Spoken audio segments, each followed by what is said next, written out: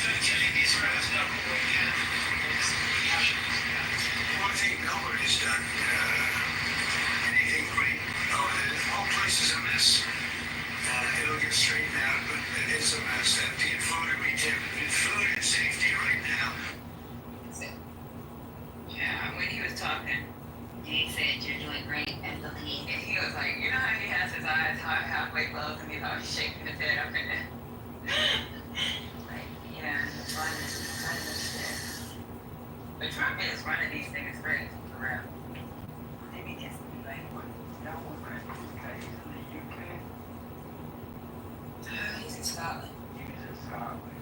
Yeah, I saw a lot of news with like there was a private girls' school that shut down just for his visit. I don't know if it was a fuck you or if they seriously were concerned about safety, but they said they shut it down for safety concerns just because of his arrival. A lot of people don't like this.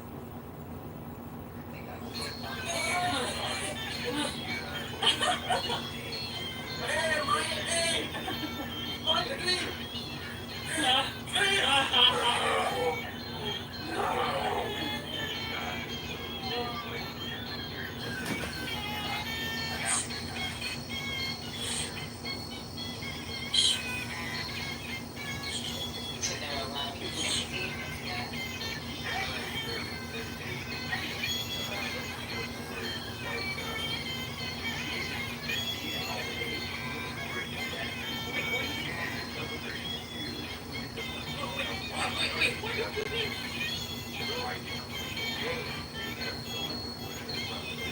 Hi, my name's Elle and I live in LA with my birdie smack dog Bruce. Come along with us for a little day in the life. This one started out with doggy walks because Bruce is the unofficial mayor of the neighborhood and needs to. Nothing beats a Jet2 holiday. And right now, you can save £50. Nothing beats a Jet2 holiday. And right now, you can save £50. Haphazard. That's £200 off for a family of four. Nothing. I'm just the nurse, so I'm not a bus. While the UK is playing good cop, and then it adds, oh no, it's a big crisis, but nobody's discussing Israel. They're all beating around the bush with the idea of it specifically beating. They're all protecting people. Well, I didn't think you just said, "Oh, they look hungry." I didn't get that feeling, and I'm not a fan of him. It didn't feel like you were just saying, "Oh." It did sound like he thought it needed to be prioritized or something should be done about that. That is what I got from it. I didn't, Now it wasn't direct saying, making accusations against Phoebe, and that I agree with as well. But it didn't feel like it was like, oh yeah, there's just a couple of hundred kids. That's not what I got when I listened to it. I can't say, like it's a feeling we're going to be talking about, so I'm not going to argue that your feeling may be different about that, but I wanted to just be sure that I should Played it again, but I heard him very clearly. He said nothing else, nothing more besides they look hungry.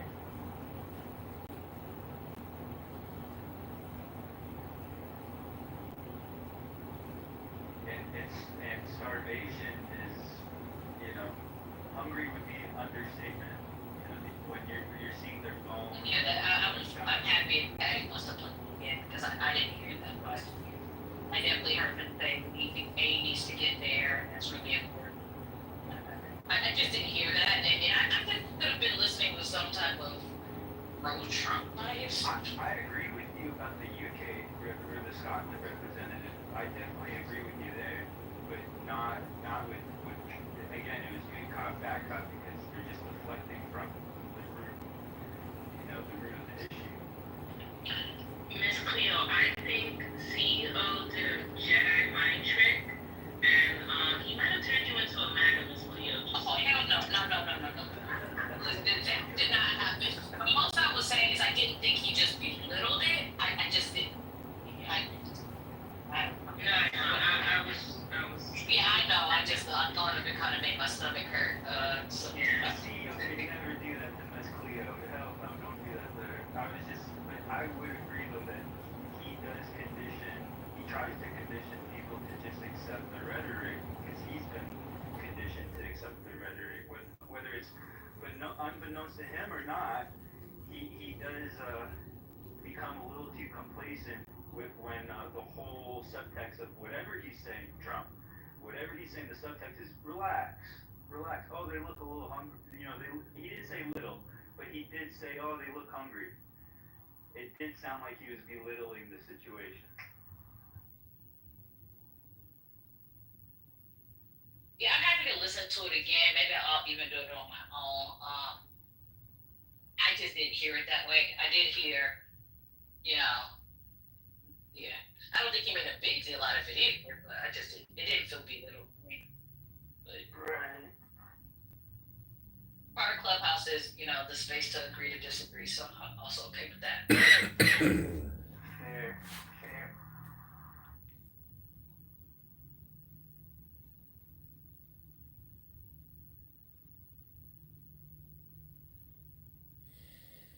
The Netherlands has declared Israel as a security threat, which they've never done in their history, and that's very telling, if you ask me, of the global climate, geopolitical climate.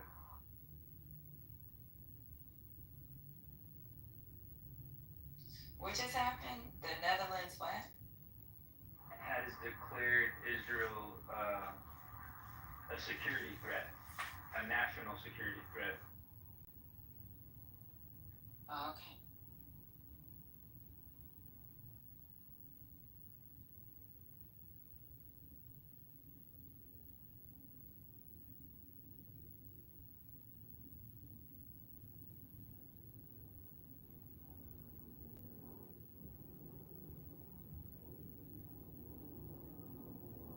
Okay, I think I found the clip. Fuck.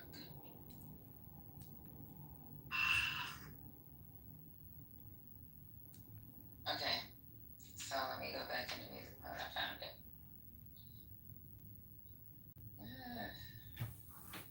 It sounded sincerely, I don't know. I don't know. I mean, based on television, I would say not particularly, because those children look very hungry, but we're giving a lot of money and a lot of food, and other nations are now stepping up. I know that this nation is, right? It's a humanitarian crisis. Right. It's an absolute catastrophe. Nobody wants to see that. I think people in Britain are revolted at seeing what they're seeing on their screens. So we've got to get to that ceasefire, and thank you, Mr. President, for leading on that, and also to just get more and more aid in. Again, America's done a lot on this, the World Cup has done a lot. We're now working with Jordan on getting direct aid drops in, but this is a desperate situation. Israel has done all we can Well, I think nobody's done anything great over there. The whole place is a mess. It'll get straightened out, but it's a mess. They have to get food and food and safety right now. So that doesn't sound sincerely? Yeah, that's what I was thinking. Like, I was like, I hear it again. It still sounds very not belittling.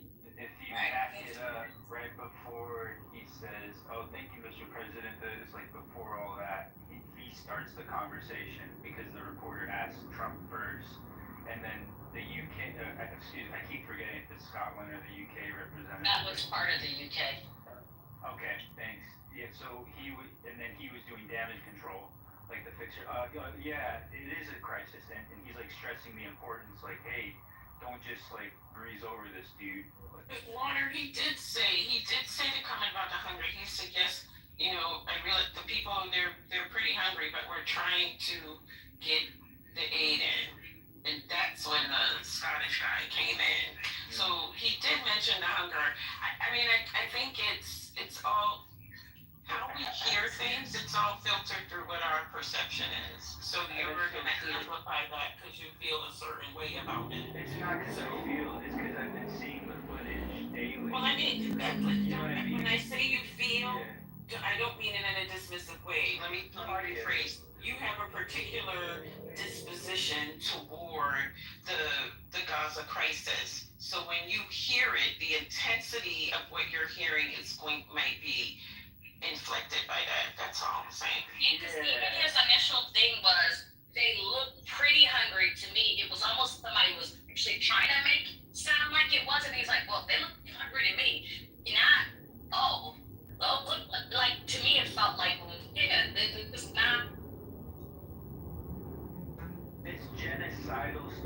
starvation, it's past hunger. I get hungry throughout the day. You get hungry we get hungry throughout the day. I think we need to distinguish the difference between starvation and hunger. And that's what was so dismissive, belittling, and just egregiously offensive. I feel like I hear you, but I feel like that's as much as I think he talks ridiculous all the time. I really do.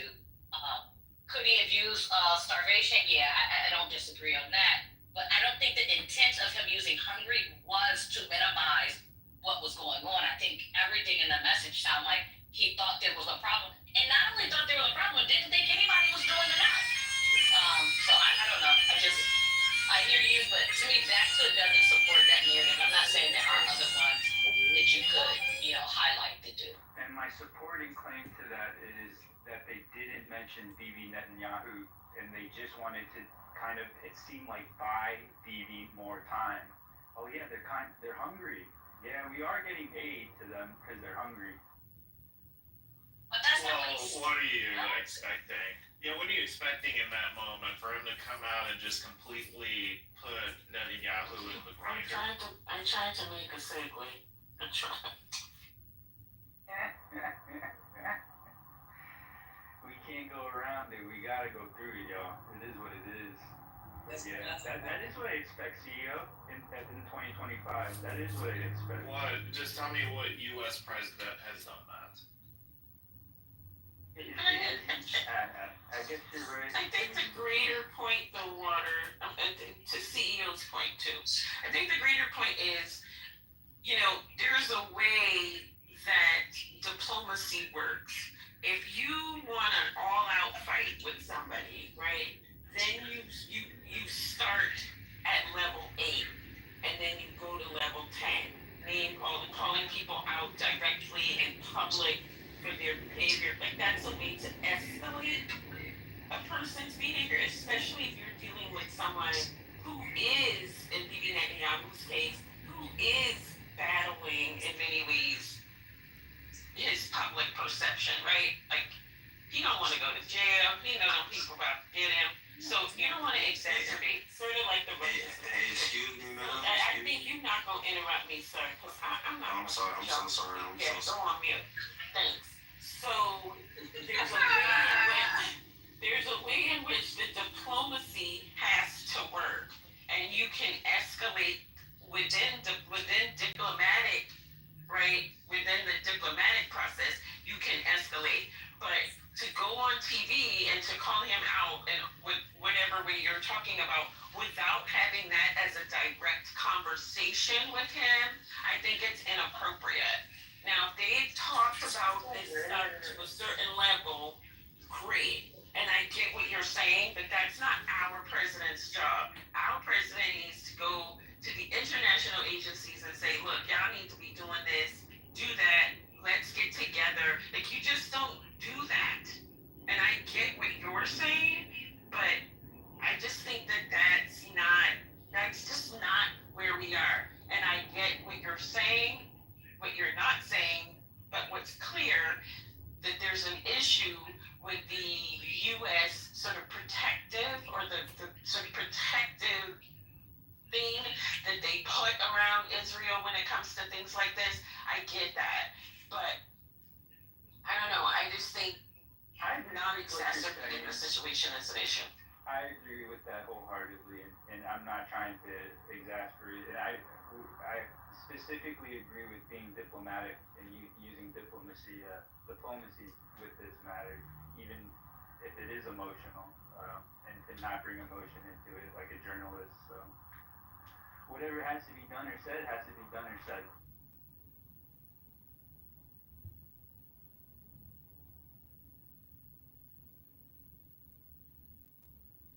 Okay. Go ahead, Trippy. You want to say something? Triple. I just needed you guys to pray for me. Okay, wait a minute. So someone was trying to put some voodoo spirits on me, and I just need y'all to keep them away from me. Motherfucker got voodoo spirits. Who's that?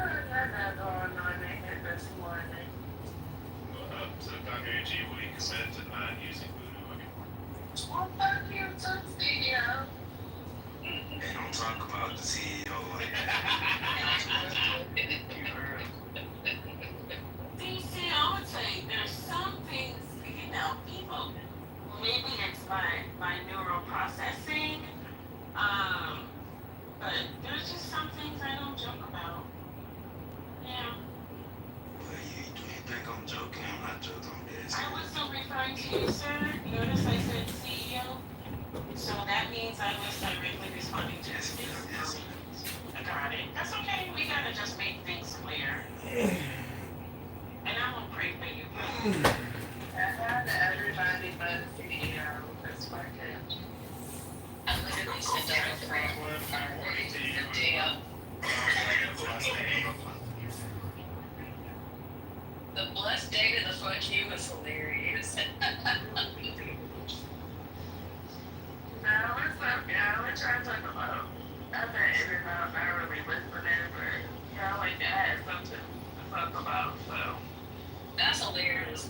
You ain't paying no attention. Want us to recap? Cause you ain't listen to us. That's what you just did. You just said, hey, y'all ain't really matter in my life earlier. Now I wanna come in and have you tell me what you were doing. I didn't care about y'all. We were talking about how people randomly call them out, like people out. We listened to we listened to the Trump and the Scottish guy chit chat. We listened to that. My patience is just.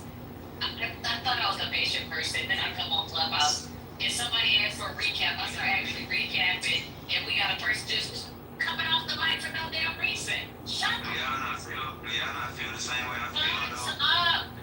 Anyways, so we were Fuck you, it's on bitch. not interested in that. Sorry, I don't want to fuck Wait, you. who said that? Oh, okay, he's gone, okay.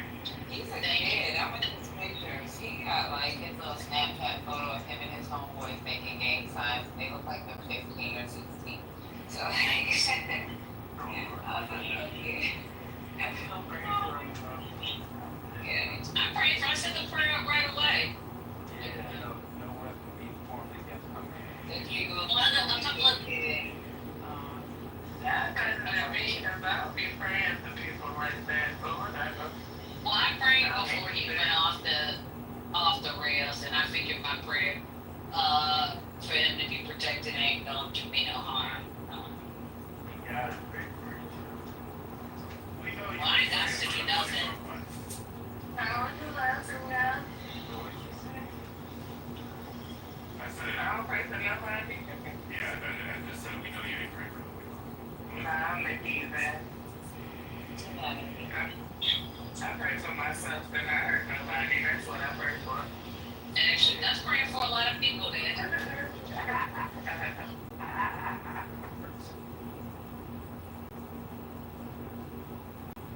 Yeah. How was everyone's weekend? What you said? How was everyone's weekend? It was lovely. Thank you for asking that. I feel recharged. Are you gonna make sense this week? Because that's what we praying for today. Are you on Clubhouse? You a different Very African. ambitious. Yeah, she is very Yeah, ambitious. I was like, you know, she must be signed into it for what I signed into. I mean, one day wanted to make something. Ain't no time to praying for it. It's like Saturdays, maybe making sense sometimes. It makes sense. I make more sense when I'm really well fed, and then I make some angry sense when I can. Well, that's why you so angry about being hungry. You be hungry a lot. Oh, I understand. I get it. When I say hungry, I'm talking about mushrooms. You know what I'm saying? No, I don't know what you're saying at all. I don't like mushrooms, period. He's high, unfortunately. Like, I don't want to be high, but he's high. Yeah, I'm myself. But when he's not high, Damn. on drugs, he just be all over the place. Maybe you should microdose. Yeah, exactly. I ain't high. I'm just fucking. Yeah. No, you're not like your drugs. It's crazy. You know, one of the guys, these guys I used to serve with, they got out.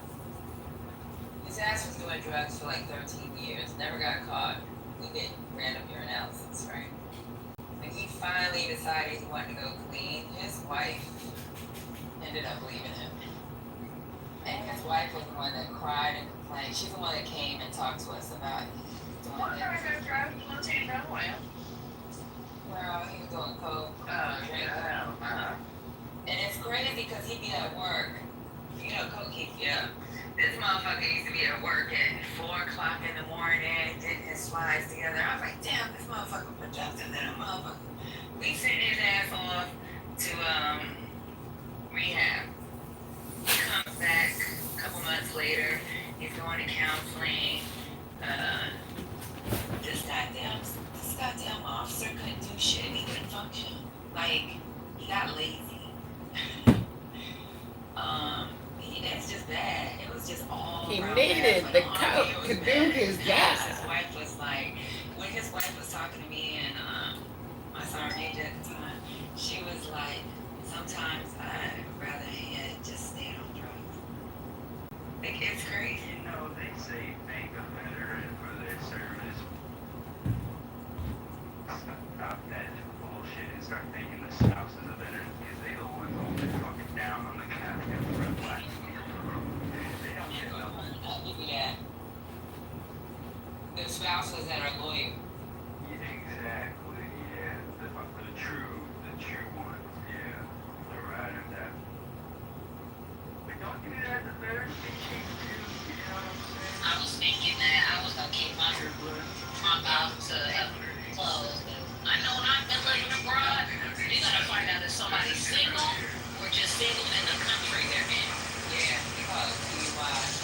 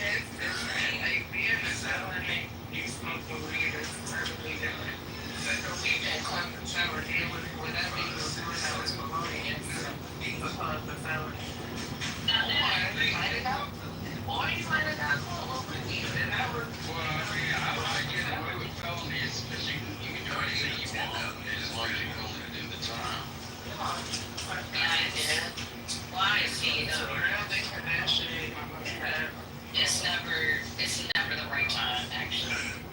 It's too early, it's too late, it's not on time, ever.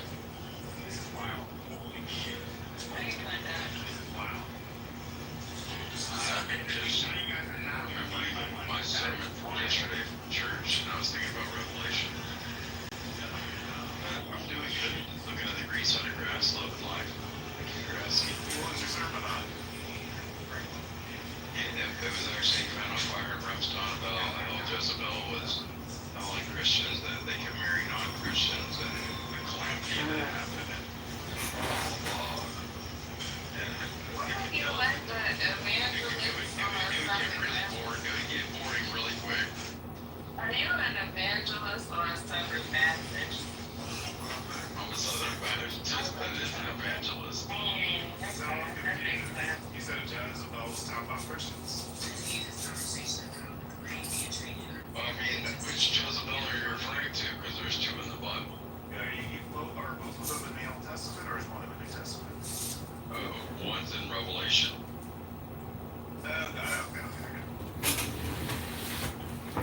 That's the last book of the Bible.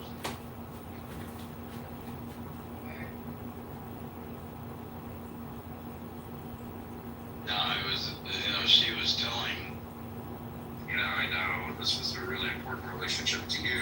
And I just respect it. And I feel tremendous guilt. Fuck you. All this fucking sarcasm. And I agree with you. You don't deserve this sarcasm over how fucking wrong they lost business with your young friend. Now you'll have to go to Dubai to make up. Not only that, he's fucking wrong all the time. Like, you got all this sarcasm and you're wrong all the time.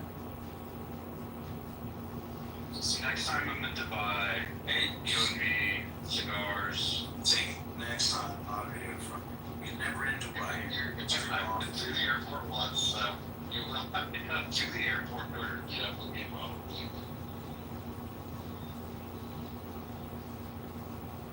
Oh no, I'm going to the Really nice airport though. The Dubai airport is really nice. Obviously, you know that.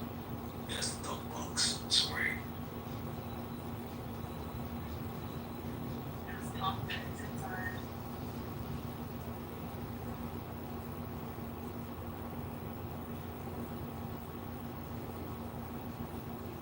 New York might be, JFK might be the worst airport I've been through in America. No, it's Miami. Miami is really tough. You're sat in their lounge, okay? First class lounge, didn't even walk in the airport. What the hell are you talking about? No, on the way in, on landing. They don't have that. Because they didn't greet you with a carrot, with a carrot. No, I'm just saying the aesthetic.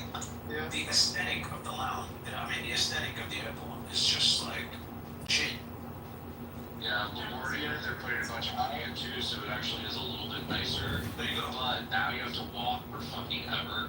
So it's kind of, because that was the one good thing about LaGuardia, there were a bunch of gates where like you could get to the door 3 minutes from your gate. And now it's like fucking 15, 20 minutes, like, which JFK was always that same way. Well, they kind of modeled that after London, where you walk. That's really not true. You land in Heathrow's premier terminal, which is Terminal 5, and it's amazing compared to JFK. Yeah, I appreciate landing there because I get my 45-minute walk. You get a 45-minute walk.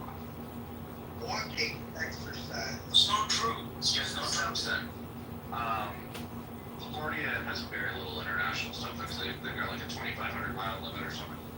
Terminal 2, you're right about. Terminal 2 sucks in London. But Terminal 5 is great. Only problem is, only fucking British Airways flies there. Brussels and Schiphol, you have to. Schiphol is also nice as well. But again, I'm not even talking about, it's just the aesthetic, you know? You land in JFK and it's like, wow, I've just landed in fucking Nigeria or something like that. Like, the fuck is this? Airport is a horrible layout. It sucks. Schiphol is nice though. It's nice. It's big, but you have to walk a lot. Brussels is the one that you have to walk so much. You know what's a piece of shit is Heathrow. Everybody was like, Heathrow. It's good. No, it really depends on the terminal. Which terminal did you I was in the fancy terminal at, you know, the British Airways first class lounge and everything, and like, I still just felt like Heathrow was kind of grungy and old and. You've been through Terminal 5, if it was Terminal 5, it's the new with the shop, with the shops, yeah. I mean, that part was nice. No, there's every terminal has shops. Well, this was like whole thing. Yeah, this was like Hermes and Rolex and all that. They got that in Terminal 2 as well.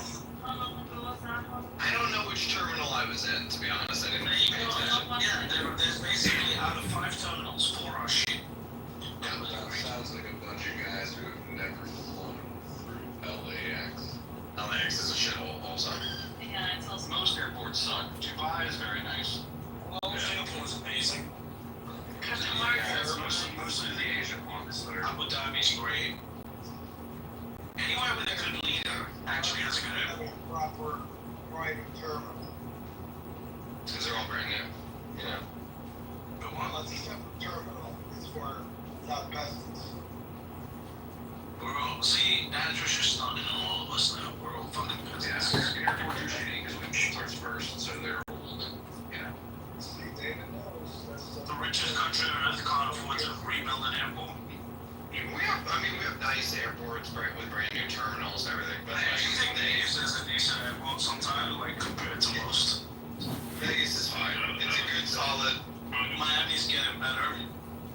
DFW. For the U.S., Vegas is very nice. It's limited. It's not like anything with the fancy aviation. Of course not. Vegas, you know what's nice about the Vegas airport is it's the best run airport in America. You know, like, Because I want to go out. Yeah, yeah, I never have problems at Harry Reid. Never. Is Abu Dhabi nice now, British? When I go through there, it's not as nice as Dubai. there are more screens there than I've ever seen in my entire life. No, they're rebuilding it. They're actually rebuilding it. They're not rebuilding it. They're building a second airport in Dubai as well, which is going to be great. I believe the Japanese have the best operational airport night out. They claim that they've never lost a single piece of luggage in 10 years. Ever. I believe it. It's older than a lot of the other. Like it's like nice and very clean and everything, but it's not brand new. It's It's super efficient.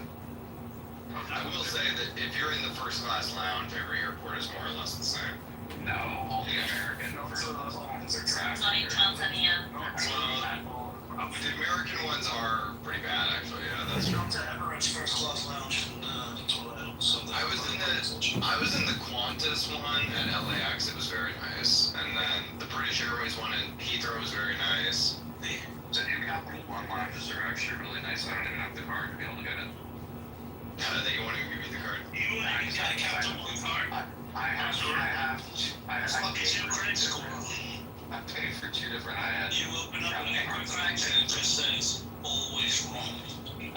All Bitcoin is what it said.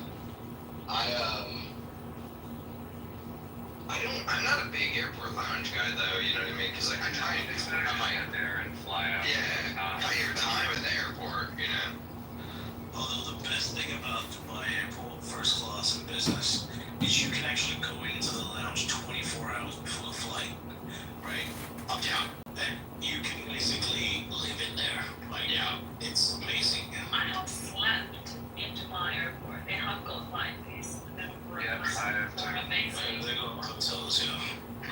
They got that. No, they're not hotels. They're like they're just like a part of the lounge, but they have got like your private little room, and you go to see that.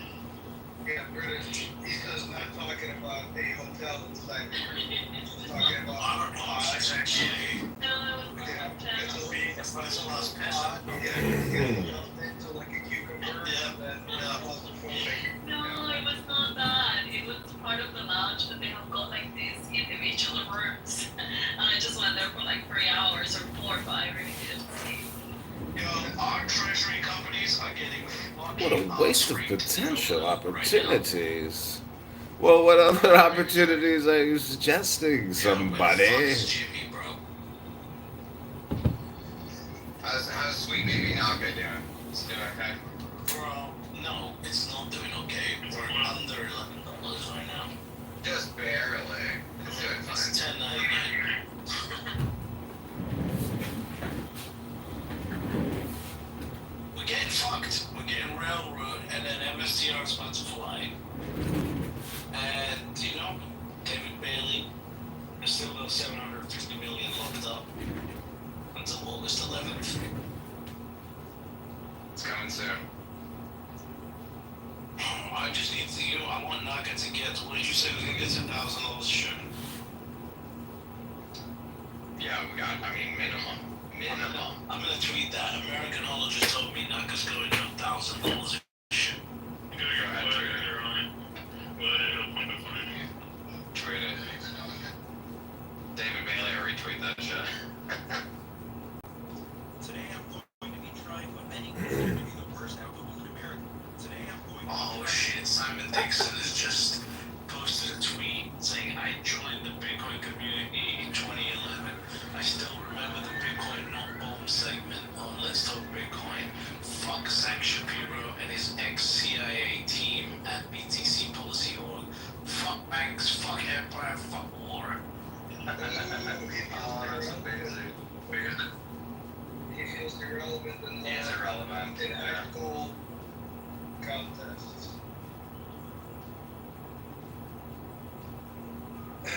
able to lean into that. You gotta get Mohan to come back to Twitter to respond to them.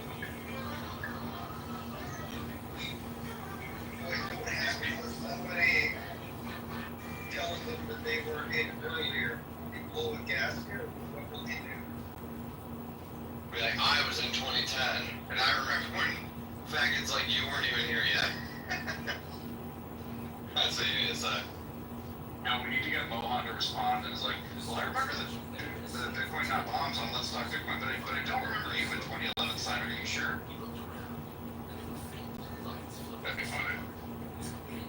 Mohan's not in the Twitter drama though. I know. Which is smart.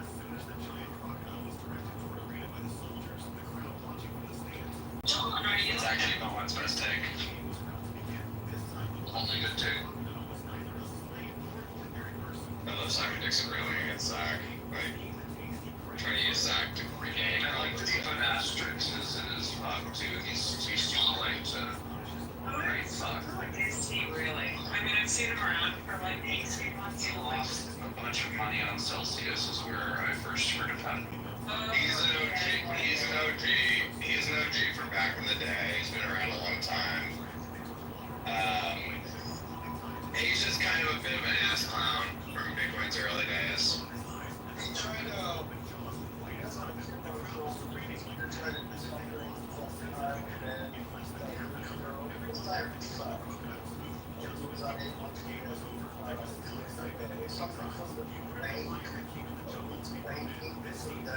Bank of the future.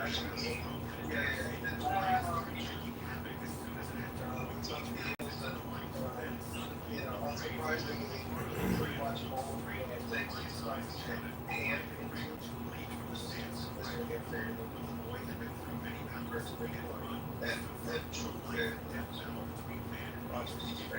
I think he wrote a book in 2011 or 2012 or something that the first to say Bitcoin was, he claimed something else, but probably.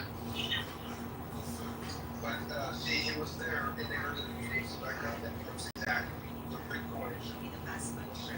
Oh, got it. He's like a set aside. How dare, how dare we support BlackRock or all of them to go off. So, He's our leader. British, play with this guy, Ginger, that just lost it. Zach already broke him. He's very proud of him. I mean, you can't listen to the American version of the bets. You gotta read the Soviet history to really understand what happened. Yeah. The fact that he's acting this way does let you know that Zach got to him. Yeah. Yeah, it's like a full 24 hours later, they're supposed to that's scary.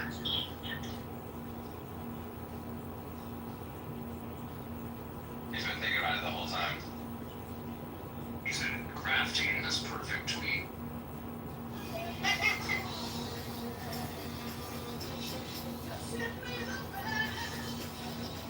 Yeah, Andrew's right. I mean, there are a lot of these people. Andrew knows a lot of them. I know a lot of them. Who are very early. Many of them who fucked up their Bitcoin holdings. I mean, frankly, like they should have a lot more Bitcoin than they currently do, but they were imprudent, and so they don't. And they thought that when Bitcoin finally arrived and did all the things that they said it was going to do, that they would be celebrated, and that they would be playing the role of Michael Saylor and have worldwide acclaim and all this kind of stupid shit. And they didn't realize that, like, nobody cares about them. You know, nobody knows who they are, nobody cares. It's just some guy from the early days. Who cares? What have you done lately? That's sort of everyone's feeling. What have you done lately, bro? Nothing. Okay. Oh wow, Simon actually posted the full 13 minutes of Zach reading it apart. I hadn't heard that. I gotta go listen to this. I didn't hear anything. I should go listen to it. Somebody pipe it in. JC, pipe it in. Let's listen to Zach tear apart Simon Dixon. It's on Simon Dixon's Twitter. The tweet where he says Zach Shapiro can taste this nutsack or whatever it is.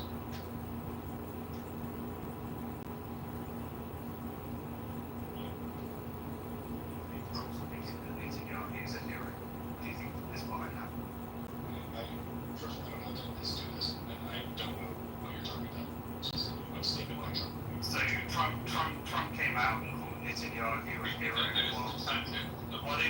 the White House. Nothing to do with the conversation. We're talking about trying to decide. Yeah, well, it's boring.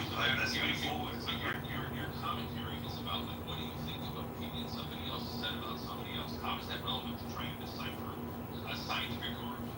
I want to understand that. I'd like to understand you standing up for the Bitcoin policy.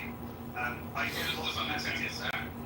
Yeah, it's about understanding exactly. It's just like you understand. So, do you believe there's a starvation campaign in Gaza right now, Zach? I'm not going to get into politics. It's not Middle Eastern politics. Is there a starvation campaign in Gaza right now? You talk about Israel. You talk about Israel, Zach, all the time. So, do you believe there's a starvation campaign in Gaza right now? But by starvation campaign, you mean intentional effort to starve people? Yes. Not that I'm aware of, but I am not an expert. I wouldn't be the one to know.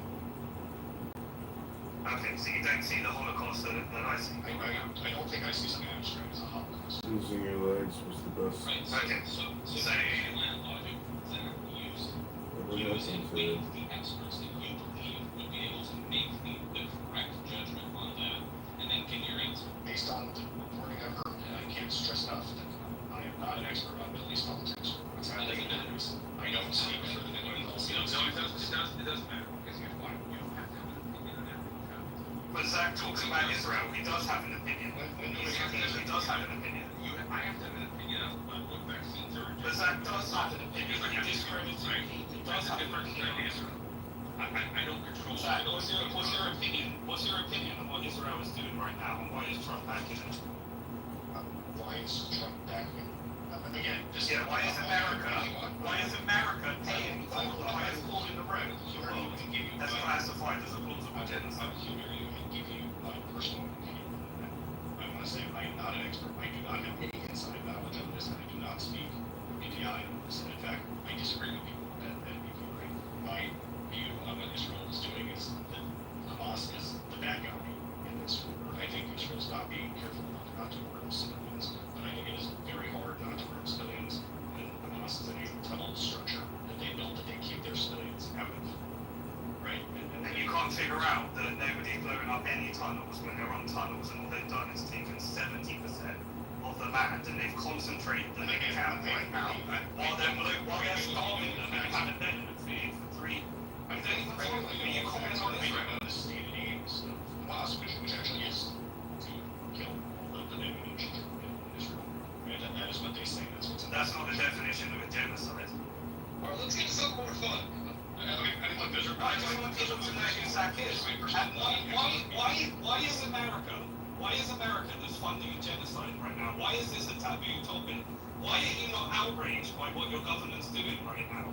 Why is it that that's a taboo topic that no one can talk about when Zach talks about Israel? I mean, surely this is one of the most topical things that we should be talking about. There is literally a starvation happening. If you were watching a Holocaust during World War II, would you say something about it? Knowing that the American government is paying for it right now, and Trump called Netanyahu a hero, while literally there is a starvation campaign going on right now. Why is that not a topic when you're somebody that wants to talk about Hamas and Israel, Zach? I'm giving you my view, which is that I don't see it the same way you do. I do not see it as a genocide. I think we mean different things by genocide. Since you just said that killing all men, women, and children is not genocide for you. I'm not sure. You're a lawyer. Go to the Geneva Convention definition of genocide. There are 5 characteristics of what a genocide is, and the highest court in the world has ruled it as a plausible genocide. And you know that your government is corrupt, and you know it's connected to Jeffrey Epstein, and you know that all of this is connected right now. That might also be.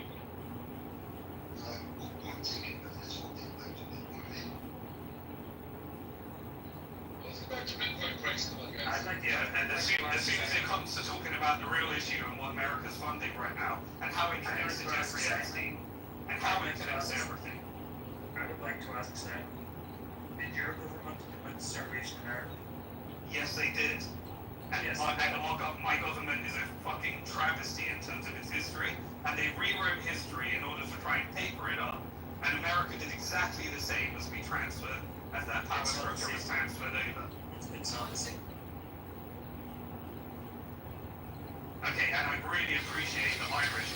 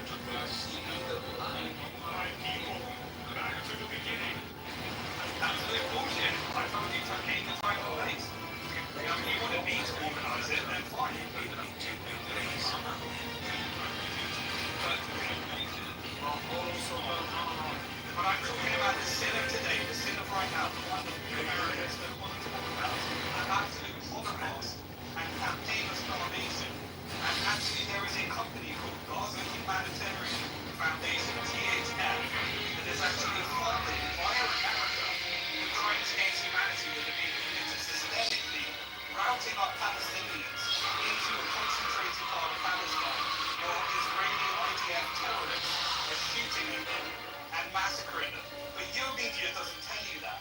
You don't care about that. That's the unthinkable, because this is what props up the dollarist war, against death and destruction, and your media covers it up, and that's the issue. That's the issue of the world right now, and no one wants to talk about what's really happening.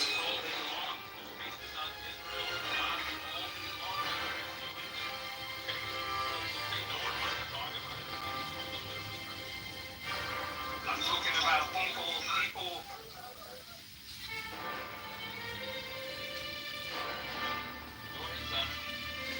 Why would you say nothing about that? Are you happy with your government committing Hold on, if you're not on the ground seeing what's happening, you're not an expert. And I'm not an expert. I'm asking questions to try to be more informed. Now, what I will tell you is that there are many things the United States is doing, both domestically and internationally, I do not agree with. Okay, I speak out where I can, where I think my voice matters as a subject matter expert. Other situations, I listen, and I don't just have to preach about it. Okay. Now, what I'm telling you about right here is that we have an opportunity to discuss what I think most people are in the space for: financially related, related opportunities for people in the United States, and even outside the United States. But if you want to derail this to a Hamas-Israel discussion, fine. I mean, like we can do that. But No, I just find it implausible that there is a Holocaust going on right now, and your government is the one that's the primary. A Holocaust right now. I find that inconceivable, because everyone would have talked about Inconscionable and inconceivable. A Holocaust right now. But I do watch every day for 650 days exactly. 650 days of watching every day. Engage with people that are on the ground right now. Are you doing that? This is This is a Bitcoin room. This is the conversation you have on another space. I'm not saying it's good or bad. You got a $3,000 Bitcoin invader. Somebody around that's unequivocal, unconditional support for Israel when they're committing a genocide right now. And it just upsets me, because I know so many people that are dying because of this crimes against humanity that US Crimes against humanity. Is it right? Okay. Look, there's a lot of people on each side. A lot of people are getting killed everywhere, starving everywhere, endless wars, just misery. This is the state of the world. Yeah, but who profits from all of them? Who profits from all of them? Israel. Who profits from all of them? Okay, the American government profits from it. What are we supposed to do? Just bitch about it in space and we go No, not just bitch about it from space. It's actually follow the money. Organize. Follow the money. Take action. This is the best country in the world while it commits a Holocaust, and appreciate that you are the ones that can actually do something about the people that are dying right now. It's only Americans that can stop this right now.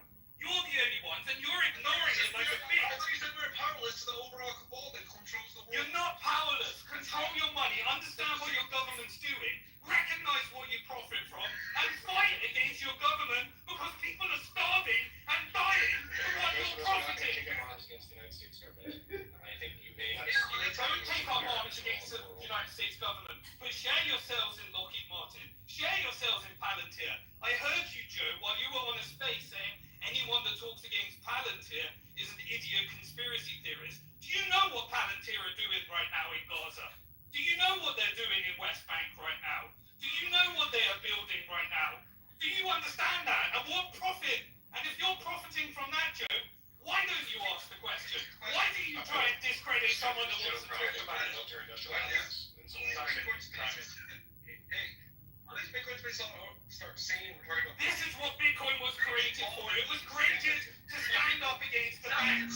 It was created to defund the wars. It was created for this. I know that because I was there and you weren't.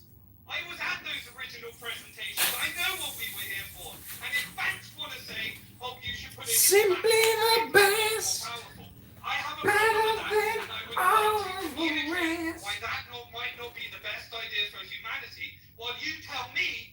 America's the best country in the world while it's killing and bombing children and starving them. Simply the best.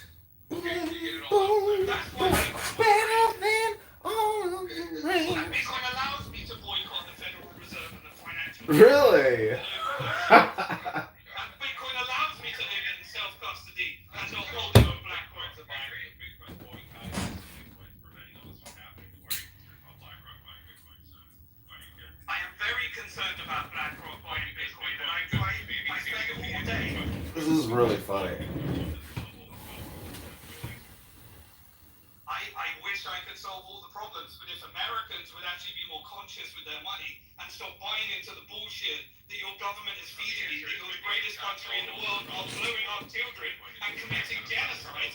Bitcoin is, gives you more power. It's a freedom technology, but it does not solve all political problems in the world. And It doesn't solve all the political problems in the world, but if you could stop profiting from genocide and understand and follow the money and stop saying you're a conspiracy theorist, because I actually just happen to notice what corporations are profiting from this genocide and what the incentives are and what the big beautiful bill does and what the CIA's role in this and what Mossad's role and why your presidents are blackmailed and what Epstein is, and you say, don't listen to him, bro. Stop talking about that, bro. It's a Bitcoin conversation. We created Bitcoin in order to stop these crimes against humanity. Yeah, Joe said, which I shouldn't be talking about, it's conspiracy theories. I'm just following. Hey guys, It's always evidence.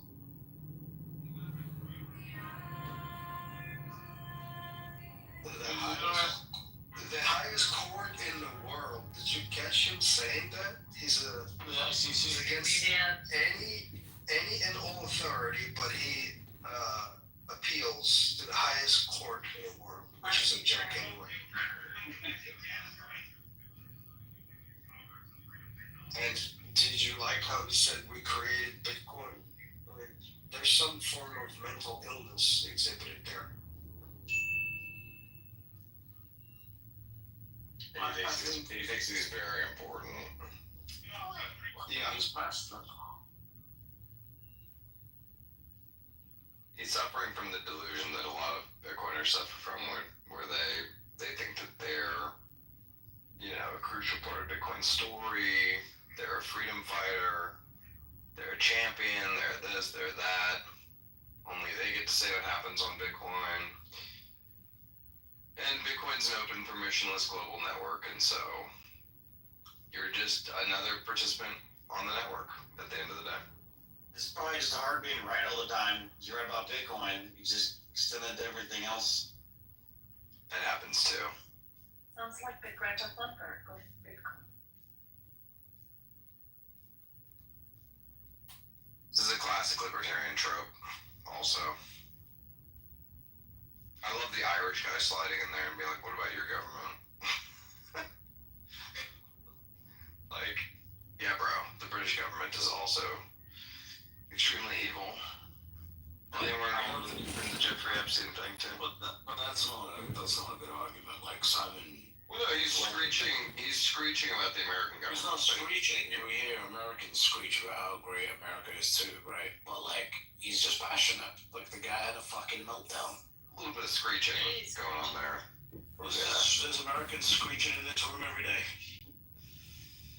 He's always screeching. A lot of screeching. For 2.5 hours. Yeah. You could take his recording from 2 years ago, play it today, and no one would be able to tell the difference if it's live. Andrew's right. Andrew's right. You could take it 8 years ago, Andrew. Fine, but that's not the point though. It is what it is. He's passionate about his bullshit. Whether you think it's true or not, he's having a fucking mental breakdown. Well, yeah, that's what I'm saying. It's cringe. I'm sure Lee would agree with him. I've never I've never heard British white knight for somebody. I'm just the patriotism I'm witnessing right now. White knight at all. I've never seen it before. This British kindness from British people. It's nice to know he's got some patriotism, actually. I like it. I'm not even being patriotic. I don't think that's not like I said. Like I think Simon, like I didn't realize that he had that much of a fucking mental breakdown. Like when I was laughing at it, I was like, this is nuts. Yeah. Well, I think it's nuts. I mean, like, to your point, like, a lot of people, myself included, have hit breaking point and, like, lost their shit before. And it was obvious that that's all that's happening, but I mean, it was pretty screechy. It was not somebody up there that wrote it. Right. No, I mean, yeah, it's I pretty mean, listen. I will. Because you're American. No, because I hate libertarians who act like this. No, I think you can take people to He's a libertarian retard. It's so weird. What's the breaking point? I think that has It's to be also, yeah, I agree. I mean, you don't have to, like, decimate somebody, but, like, it was no different to me than listening to, like, a Seattle communist preach about Gaza. Like, stop. It's the same. It's performative. Yeah, it's performative. That's the thing about it. It's very performative. That's why he reposted the clip. He reposted the clip of himself. Yes. He reposted it. Okay. I'm telling you, it's performative. It's virtue signaling. You know?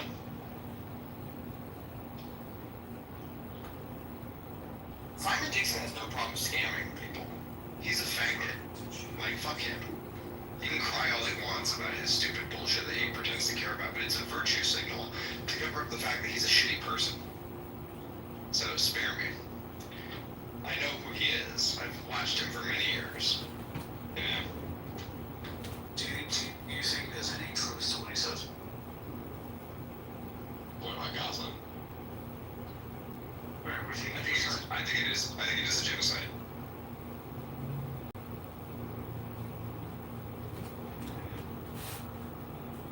I liked it. It's good. It's good objective. Thank you. You guys know I like trolling people as well, right? But like, I stop when they get to the fucking breaking point. I don't like that. Like, I think that's sad. Sorry if that makes me a fucking faggot.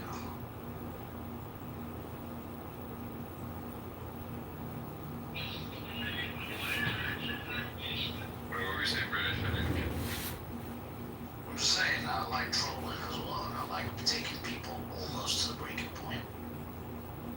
But I don't like taking people past the breaking point. I don't know. Apologies, Well, that makes me too fat. Simon Dixon took himself past the breaking point. You heard it. No, Zach, you know Zach has the ability to do this. Come on. Bro, if you let yourself get that triggered off of what I heard Zach doing in there, Zach know how long you lost it before, right? I don't know. This is a weird take from you, British. I know, I get it. I just don't like seeing people have fucking mental breakdowns in public. Like, I just don't think that's cool. And I also think Simon has actually helped a lot of people buy Bitcoin as well.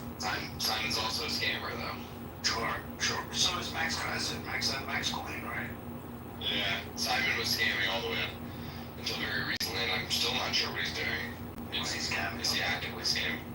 He was, that's how he got all involved in the Celsius shit, because he was, investing in Celsius, directing people to Celsius, telling people to go to Celsius when it was the most obvious scam in the world. So, I mean, the fact that he fell for his own bullshit, I mean, I guess it shows that he's stupid rather than nefarious, but still, it's like... How crazy would it be if he's lost all of his Bitcoin in Celsius, and now he's picked up the Gaza Israel shit? I bet you he's still, like, he strikes me as an OG who's done well, but not as well as he should have. Like, so he's probably, like, worth $100 million when he should be worth several $1 billion. And that's its own kind of pain, you know? Yeah. Anyway. Fuck him. Listen, it's not fuck him or not or this or that, it's just like, it's kind of gay. It's like if Max Kaiser still was having a fucking emotional breakdown, I would also, like, you know, I don't like to see that. His own society is getting bent over and raped, and he cares more about Gaza. Like, Yeah, I agree. It's healthy. Yeah. He's a stupid person. He wants those people with him. Right. He does. And they're gonna stab his granddaughter. You know? If she doesn't wear her hijab. You know what I mean? So. Here comes the fucking perpetrator. With a faggot PTR. We just saw what he did to Simon. British is very British is very butthurt about it, actually. On Simon's behalf. He's butthurt by proxy. No, British just said it was hard to listen to. Because Simon was really having a mental breakdown. Yeah, he's having an emotional breakdown. What's weird is that clip I listened to someone who posted. By the way, several of his followers now tagging Nick Fuentes and Dan Bilzerian, which I'm not sure what they're going to do about it, but it was apropos of nothing. Like, we were talking about Bitcoin, and then we were talking about his wild conspiracy theories, and then he realized the conversation wasn't going in the way that he hoped, and so then he turned to Gaza. And as opposed to what you're hearing, people like snicker or whatever, it's like, it's because that had zero to do with the conversation that was happening before. He just felt like that was the high ground he could stand on. It's performative. That's what I said to British. It's performative. You can tell it's performative. That's why he reposted the clip of himself having his own mental breakdown. Because it's a performative mental breakdown. Well, at least you left at the beginning where Joe was saying, what does this have to do with what we were talking, right?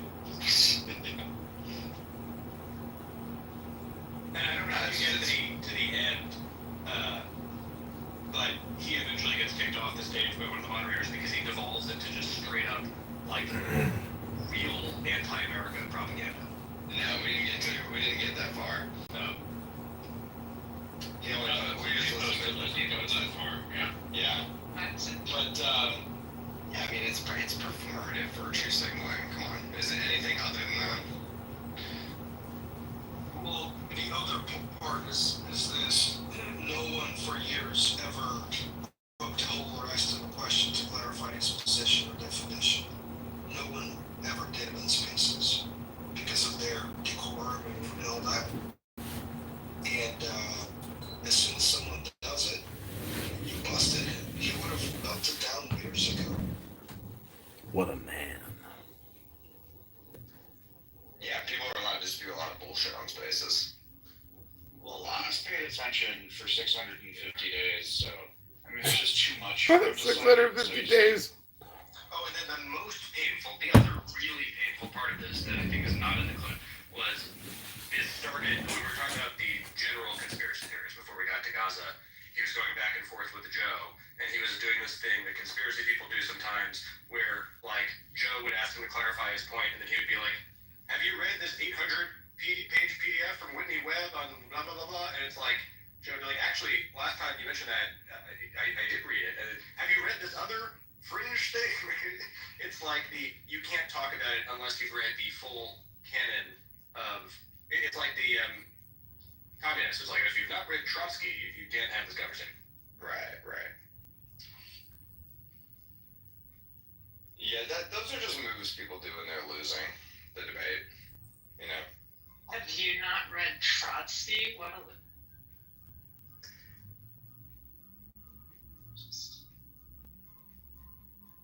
I think I'd rather saw off my foot than read Trotsky. There's no reason to read any communist.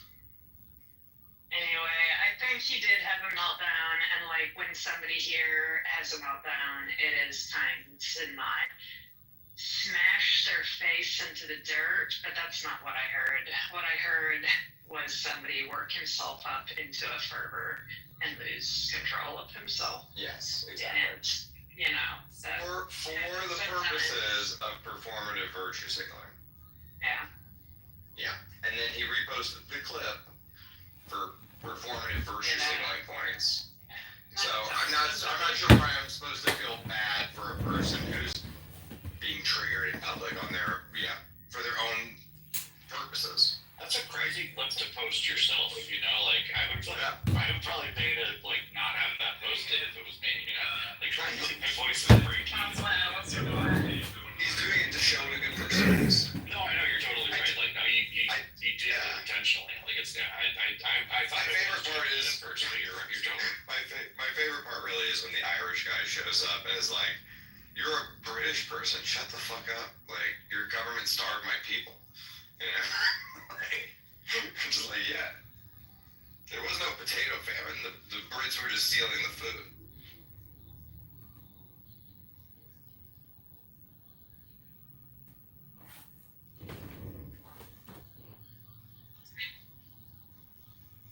The WikiLeaks conversation is worth listening to. Oh yeah, Rob was feeding the fact checks in the background. He tried to make the claim that Bitcoin was basically invented to be the currency for WikiLeaks, which is total, as you might recall, inconsistent with what Satoshi thought. It's literally the opposite of what Satoshi said when it happened. Satoshi was Yeah. Yeah, you caught him in complete BS. Yeah, but he didn't say it was created for WikiLeaks. He said when WikiLeaks came out, the Bitcoiners basically supported it. Bitcoiners, yeah, I mean, yeah, they did. That's what it was created for. It obviously wasn't created for that.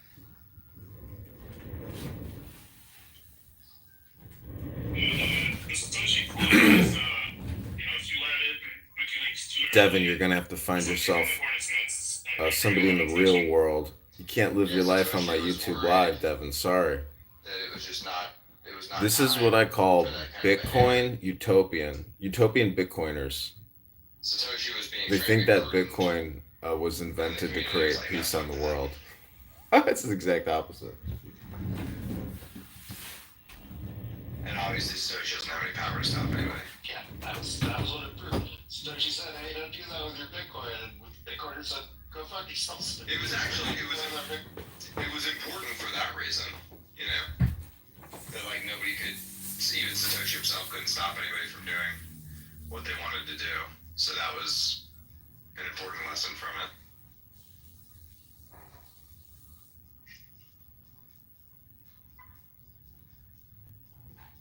Yeah, imagine if it was ETH, and so Satoshi said that, and then just like everyone agreed. Oh, okay, yeah, Satoshi said we shouldn't support WikiLeaks. Never mind. Okay, we'll not. If you look at the tweets about the Satoshi quote, one of the guys that tweeted it, like, this is not Satoshi running away. This is Satoshi following protocol. It's basically like insinuating Satoshi's intelligence or something.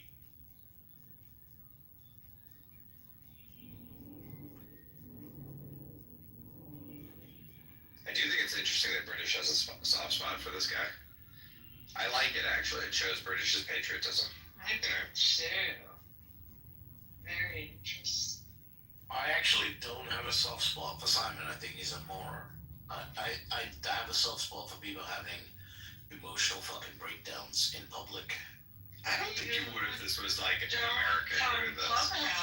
Yeah, I've had it many times. I take people to the fucking end, and just before they get there, stop.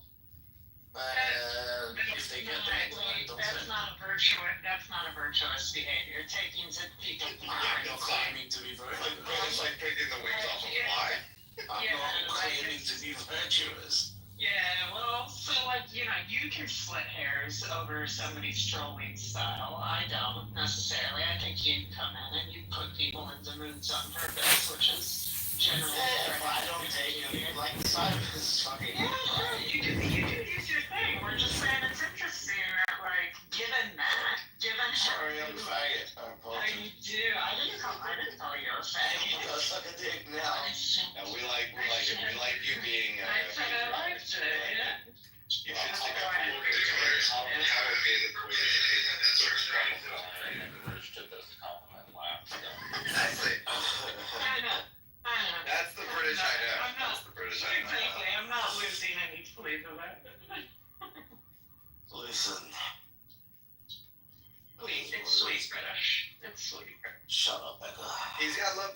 countryman. I got a fucking reputation to protect. He's got love for his countrymen. I like it.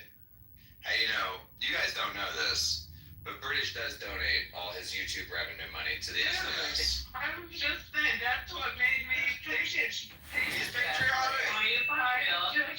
I just watched the video that said as much, and I was like, oh, he defends British people. He really loves Britain. It's cute. It's a sweet part of his personality. It is. I know. It is. He really loves England. And he should. Yeah, no, it's good. It's good. It's fresh. I'm gonna get both. I like when Can you feel the your cheeks being? Shut the even fuck when I up. disagree.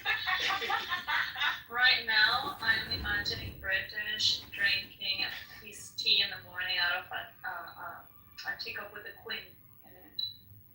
God save the Yeah. Queen. Anyway, no, I like when people defend their country, defend their family, defend their religion. I like that. I like it. I must admit, I was actually kind of proud of Zach as well. It's like when I talk to you as a man, I want you to tell me that your wife is the best wife, your kids are the best kids, your country is the best. I want you to be all in on your shit. You know, even if I disagree with you, I want you to be all in. There's a spaces right now. This one was Bitcoin, or one was Bitcoin created, Max Kaiser. Yo, Lee, why didn't you fucking stand up for your fucking Gazans, bro? Let's go get him. Get the pitch for us. Lee, why didn't you fucking stand up for your people? Simon Dixon's your hero right now. He was in the chat. He agrees Why am I with Simon fucking Dixon. standing? He's not my hero. You guys think he's an outlier, but he's not. Like, the greater public is shifting at the beginning of the war. They were pro-Israel, but people are shifting and saying what the hell Israel's doing. But over here, you guys think American holders they're smart. against Israel. Bro, I don't like either one of them. Has that not been clear the whole time? It should be clear. I don't have to choose. I don't have to be part of this false dichotomy where I choose either side. It's not just either side. He's talking about the civilians, not talking about Hamas. Yeah, there's a genocide going on with the civilians. That should be obvious. It's not crazy to call it a genocide because it is a genocide. He clearly disagrees because the Jews can do no wrong. Genocide is the Jews' word. It's only genocide if they agree that it is. Right, exactly. It's certainly a genocide. When you look at every building that was bombed in Gaza, it's like, was Hamas hiding in all of these buildings? Because I don't think they were. You know, like Israel is systematically leveling the place so that they can come in and take it over. It's very obvious what their behavior is. Okay, let's hear your idea for prepping the place for shopping malls and hotels. You have a better idea? Bring in Donald Trump. He's a great real estate guy, and he can do a deal. They've already taken care of it. It's very obvious that I'm an American xenophobe and I only care about America. The rest of the world doesn't exist to me. Except as shipping lanes for America. You know?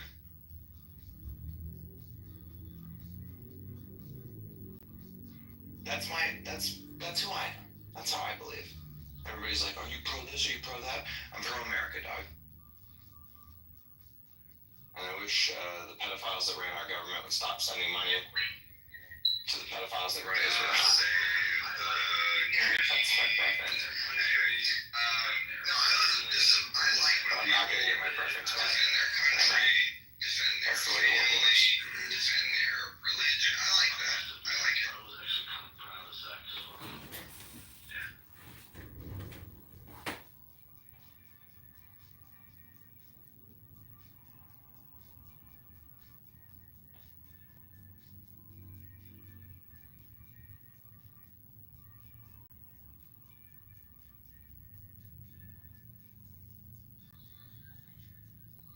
See, angels would like to defend the whole planet. Hodl! That's what she says. He's not. American hodl. Hey, my friend. Mr. Stacks, what's up, bro? What's up, buddy? Let me ask you, Would you say? Do you think Trump is on the Epstein list? I know this voice. Yeah, it's me, remember it's it's the Zachary. guy who, I the funny. used to be. Yeah. You met him in my room. God damn it! Remember? Go ahead. Do you think Funny guy. Trump is on the Epstein list? Yeah. Do you think Trump is on the Epstein list? For sure. Like, What about something's up with Trump. Something's up with Trump. What about Biden, Obama, and Clinton? Clinton, for sure. Biden, no. And what was it, Obama? No, I don't think he's on the Epstein list, but I think Obama did all that gay shit and drowned his fucking chef. You think Obama is gay, but not for little kids? I think I don't know if He's gay, but not with Epstein. Nobody has provided any evidence that Epstein was procuring little boys. So, and I think Obama tends to be into of-age white men who smoke crack. You know? Did he and Biden's son get together? I had the same question. So anyway, I've answered your questions. Now, what was the point of the questions? My bad. I want to tell you that, but now I'm in a shop, and so I can't. It's too explicit. I understand. Yeah, no, I think, bro, that Trump's behavior around the release of the Epstein files, it's very obvious that something true about him is in those That's what I'm files. saying. If it's a big conspiracy and all the powerful people in the world are in on it, then what are we gonna do about it? We can't do anything about it. That's the point. You know?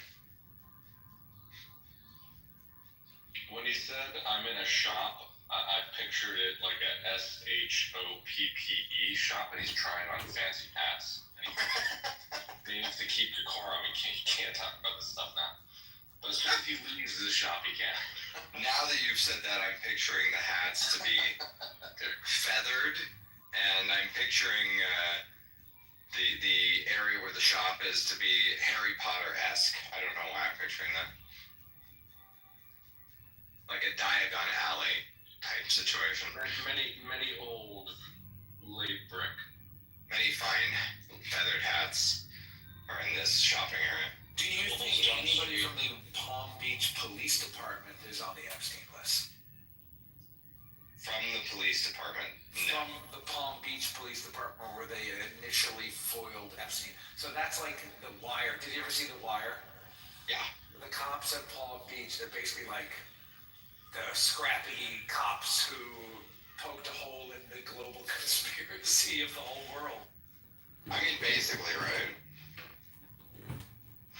That seems to be as advertised. And then U.S. Attorney General Alex Acosta was told that Epstein was intelligence and to leave it alone. So that's why he got a sweetheart deal. You know? It seems pretty much as advertised. That part of the story.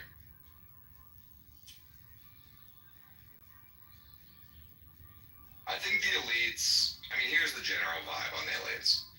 I think that you don't get to be in the highest rungs of power unless they have a type of blackmail on you that allows them to know that you are owned and under their control.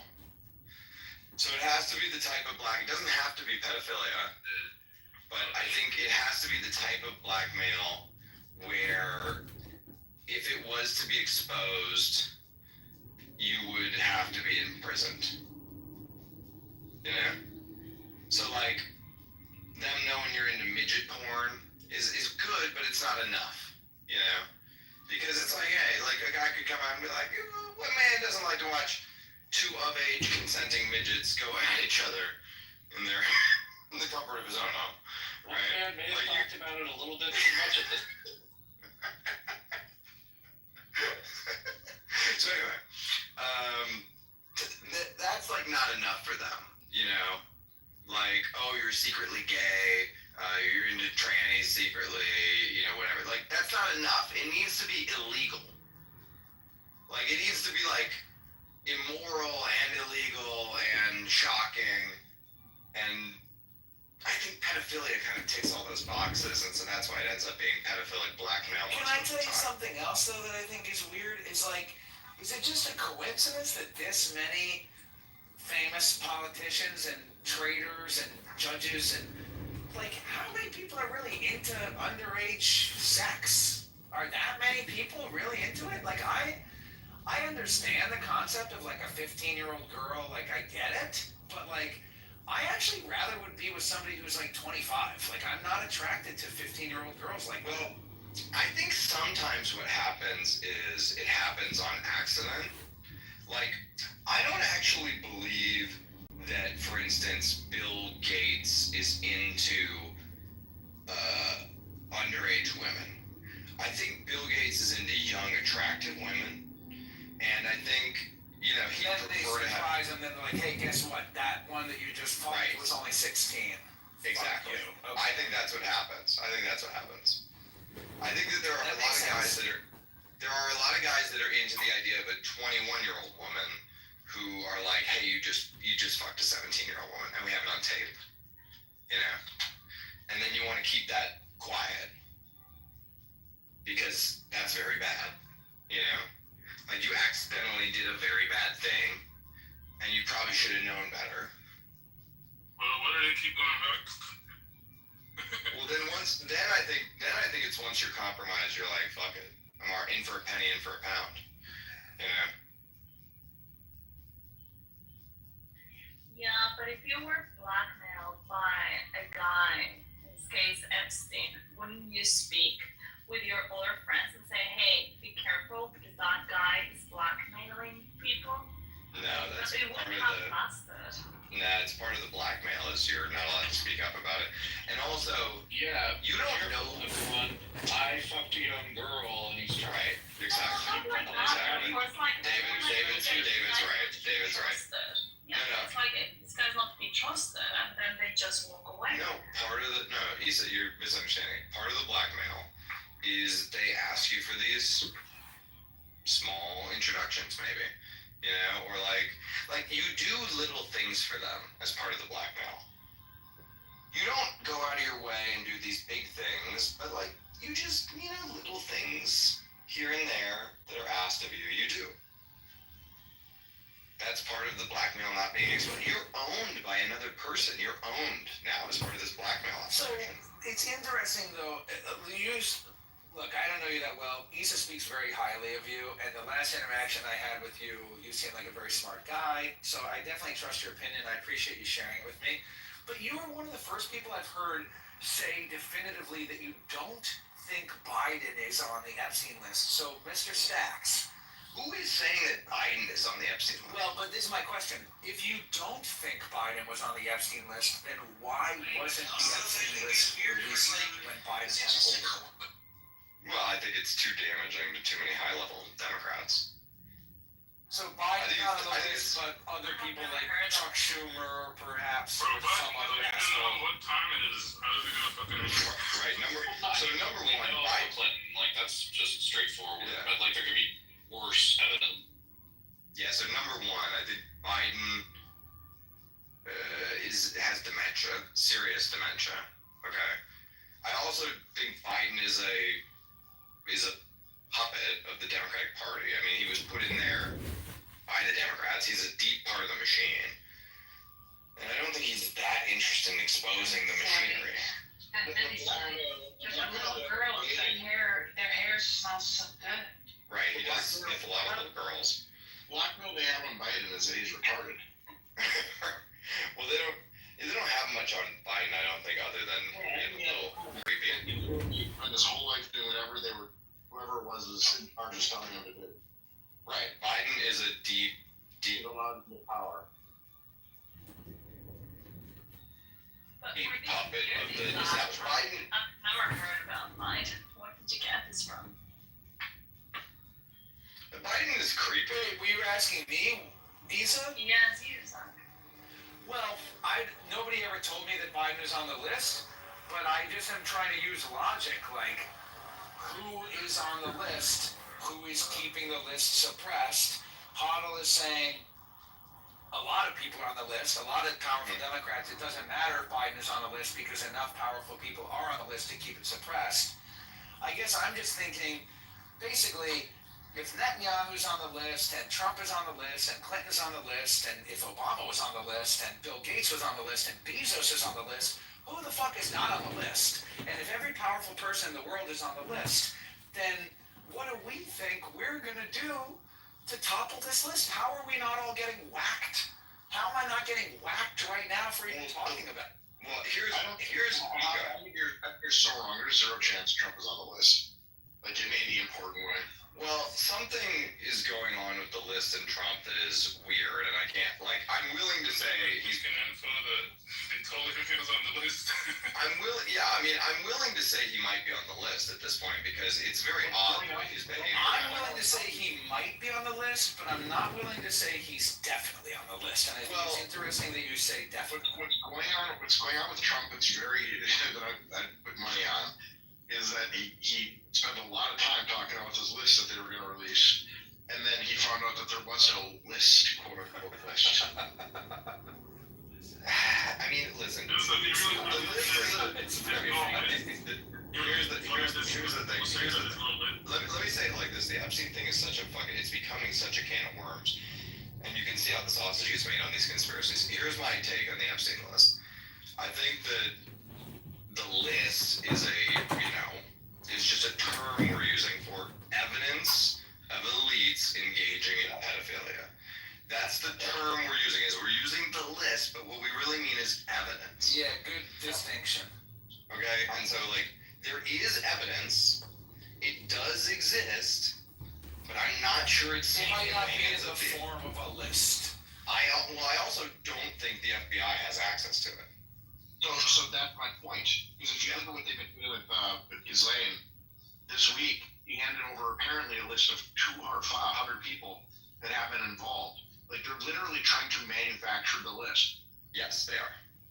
Mm-hmm. And then and then it's gonna be like case closed. Here's the list. We've provided it, but we're never gonna get evidence of Bill Clinton fucking a child. He thinks the list leaves Trump out. He pardons her. That's pretty much how it goes. You're right.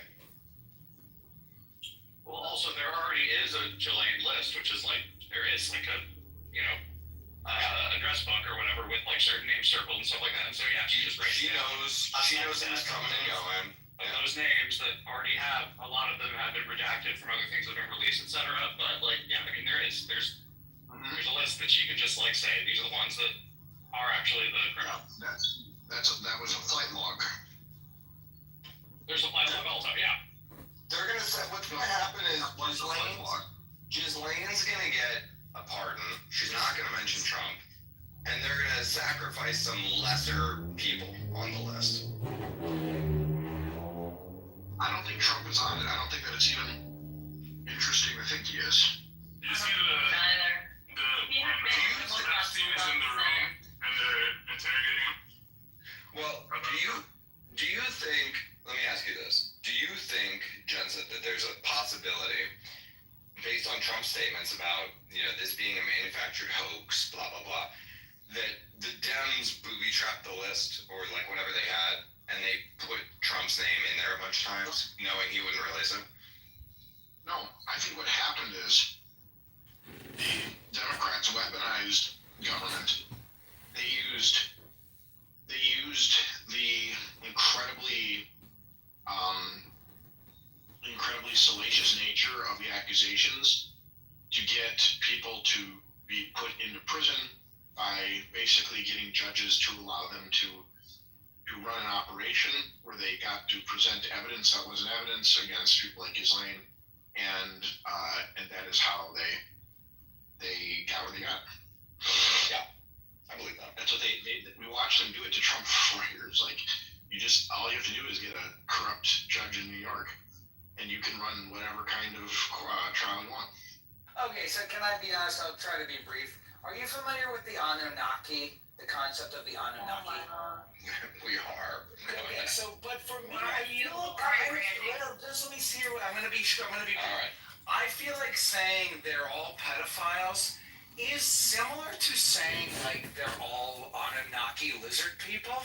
And I guess I feel like it would be more logical to conclude they're all just self-centered, manipulative, money-hungry douchebags. They're just human nature. No, listen, I'm not saying, I see what you're saying, and I'm not saying that they're all pedophiles. What I said, my claim was, they need blackmail on you before you ascend to a high rung of power. And I think it's the same way, you don't really become a cardinal in the Vatican until they know that you're gay. Because then they have something on you. You know what I mean? Except maybe. And you're not wrong. I find your perspective very interesting, so thank you for sharing it. I don't think I know enough to say that you're wrong, but it's a very interesting perspective for sure. Well, it's kind of like, whether it's our blackmail or Israel's blackmail or, what MI6's blackmail, like, they're all being blackmailed. They do oppo research on literally every politician to know what their weak spots are, etc. And the intel agencies do this as well on every major politician. I'm going to send you the link to Mike Pence's interview model. I think you should listen to it. It's interesting. I've listened to some of his stuff before, yeah. Do you guys see the video where they were interrogating Epstein in the room and they ask him, what relation he has with Trump? And then he pleads the 5th, 6th, 14th Amendment. Think about it like, Zach, let me give it to you from just like a base rationalist perspective. You're the CIA. You have to compete with the CCP, okay? The CCP has a 100-year plan, and they have, dictatorial control over their society, and they're able to do things, like from a surveillance state perspective, that you're not able to do, and you're constrained in ways that they're not constrained, and they're your chief competitor. Your job is to make sure that America maintains power over China in the next 100-year timeline. Are you going to really sit there and allow new people to come in every 4 years and undo your 100-year project? No. Like, you're going to make sure that you can nudge those people and control those people in ways that are acceptable. It doesn't mean you completely own them, that they're a complete puppet. It just means that there are certain no-go zones for them, and you have to have some leverage on them so that you can make sure they don't go into those zones, or they don't, step over the line here or there. Do you think we have some videos of some Chinese people with the 16er? Do we have those videos? I don't know, to somebody, I guess. I mean, yeah, we know the things that Chinese intelligence knows. Chinese people get down like that too, that's what you're saying? The Chinese people also partake? Yes. I think the CCP has their own method of, control that has less to do with, pedophilic blackmail and probably to do with some other type of blackmail about, being, speaking out against the party. It's a more direct form of control. Corrupt. Yeah. It's more straight up corruption than it is over here. Alright, we gotta be sneaky about it over here. We gotta hide it. Why did Jeffrey Epstein have such a... To take the big bribes, you'll be able to stick on it, and then you can always take them out if you need to. Yeah. Like, why did Jeffrey Epstein have such an interest in science? He was running these, like, retreats for scientists and things. Like, why is Jeffrey Epstein spending time infiltrating the academic institutions as well as the political institutions, as well as institutions of celebrity? Like, he's all over the map. Like, he's trying to infiltrate as many areas as he can to gain control over as many levers of power as he can for whoever. He's not doing it, like, just because he likes to fuck young girls. He wants to bring all the homies along for the ride. That's the dumbest version of the story. I don't know if I'm getting this mixed up with another person, but was there a woman who came out about Epstein that was talking about MK Ultra also? Like, was there a connection there? Or am I getting two stories? That sounds like some gibberish to me. Okay.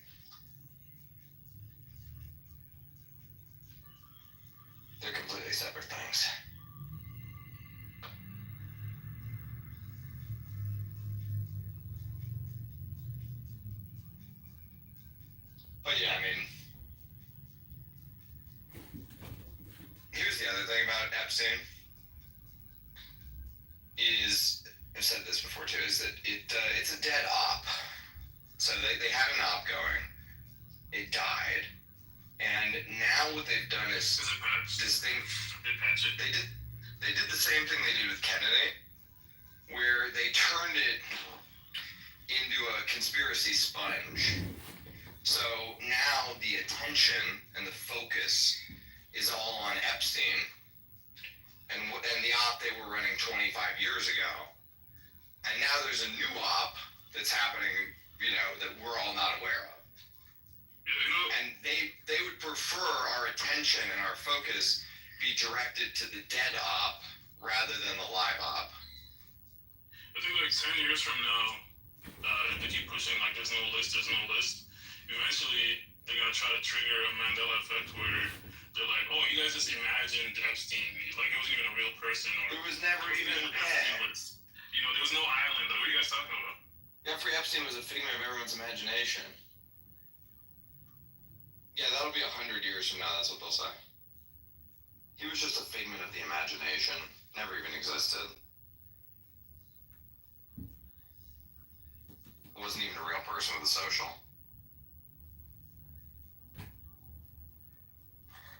I think the most dangerous thing about the Epstein list is that it's anti-Trump. And Trump is America's only hope right now. And I think that when we are anti-Trump, what's the current op that we're not aware of? How about 10 million illegals? More than that, obviously. Yeah, more than that. I don't even know. But 10 million, that's a lot. In a country of 300 million, if it's more than 10 million, then, bro, if it's more than 10 million, I don't see how we're ever going to undo it. 300,000 missing children. It's not going to be undone, by the way, because if you numbers, they're not even close. They would need to be deporting like 1 million people a month. Or 500,000 a month. The numbers are shit. The numbers are extremely low. Yo, did you see the video of the Mexican dude that got deported and then he was back like 8 days later? He goes to the Trump Tower and goes,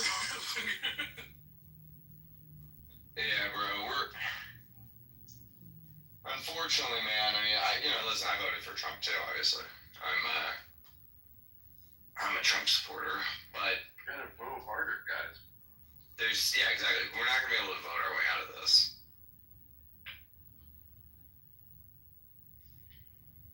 This is all by design. It's a completely separate thing. And you're at the end of a 100-year-long demoralization, indoctrination, brainwashing campaign that's totally completely fucked the American mind. And the only way we can get out of it is to care less about our own lives and go out there and fucking just muck things up. But we're all living too good to do anything like that. We're too decadent. These are all diseases of despair we're suffering from. Why are the immigrants getting imported? Because nobody wants to fucking work. Everyone's fucking lazy, including myself, by the way. I'm not saying I'm better than anybody. I'm lazy too. I'm decadent too. None of us are anywhere close to what our grandparents were.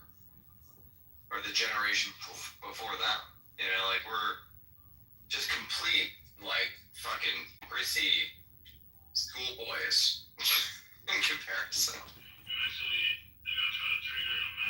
Our testosterone levels are like a third of what our grandfathers were.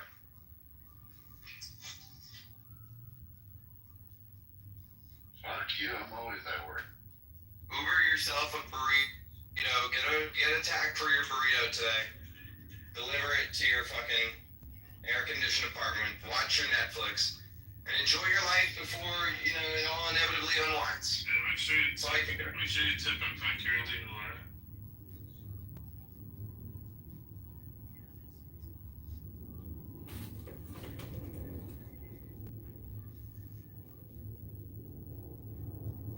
Did anybody run the numbers what would actually happen if all of the illegals got deported?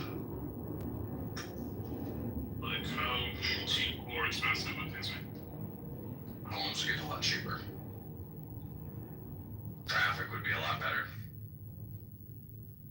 Public transit would be usable. Homes get cheaper. Yeah. Is that because construction costs? There's fewer people, but the construction costs 50%.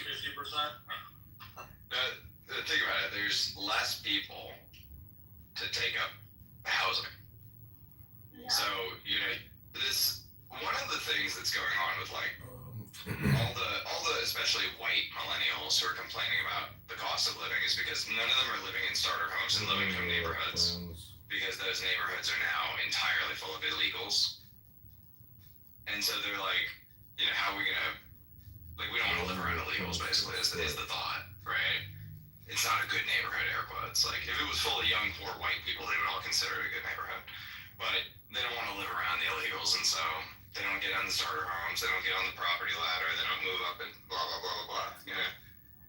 So, like, there is a certain level of housing. It's not the kind of housing you would prefer, but that housing will be, you know, if there were magically no illegals in the country, it would be freed up, and it would be extremely affordable. Now, are the illegals going to get deported? Not really, bro. And the problem, well, they can be if we have the political will, but we don't seem to have the political will. Yeah, they believe Trump just was never gonna happen. Like, we can deport, we just won't, because we don't have the political will to deport. Including myself, by the way. Bro, when I was a freshman in high school, I took like a summer job. I don't know why the hell I did it, but it was like for picking blueberries on this farm. And there was like a bunch of, you know, like immigrants. And the whole day I only filled in like like half a bucket, not even a bucket of blueberries, half a bucket. And they're like, oh yeah, here's your $25. And I'm like, what the like, yo, this sucks. But everybody else, they pick like 2-3 buckets. And I'm like, yeah, let them keep that job. I'm not coming back. Okay, Did they get $75? Something. Do you get $75 for doing 3 buckets? Something like that. Yeah. Yeah, nobody wants to do that job, except for illegals, right? Listen, our society is simply too decadent. That's what it is. We're like, yo, make the illegal fucking, you know, bring my burrito over here. You know? We don't go get our own burrito anymore. It's like, it's retarded.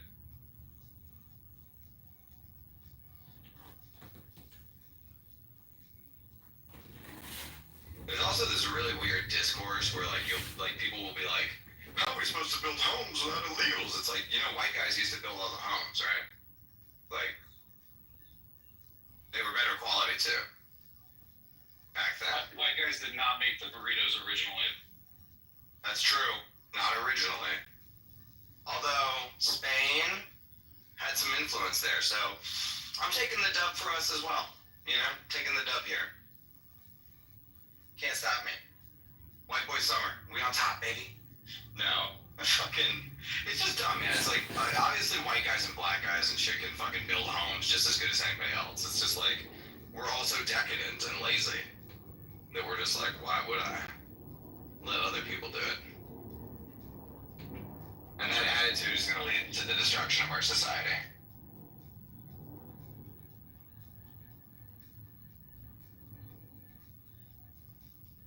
No, Trump stops it first.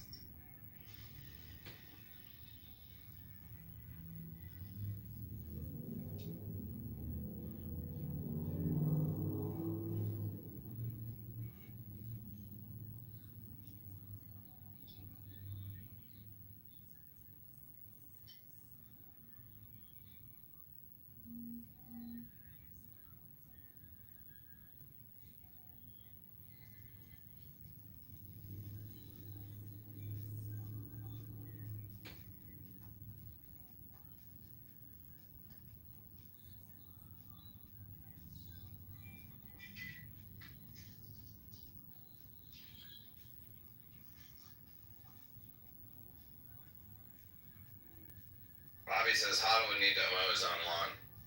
It's funny you think that I have a lawn, or that it would need mowing. It's all rocks, dog.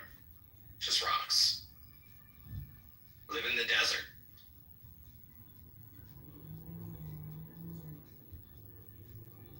Just rocks.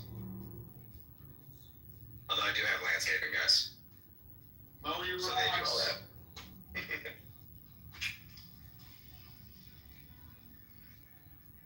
To be honest with you, I'm not really sure what the landscaping guys do. I think it's something with the flowers. I don't know. My wife takes care of all that.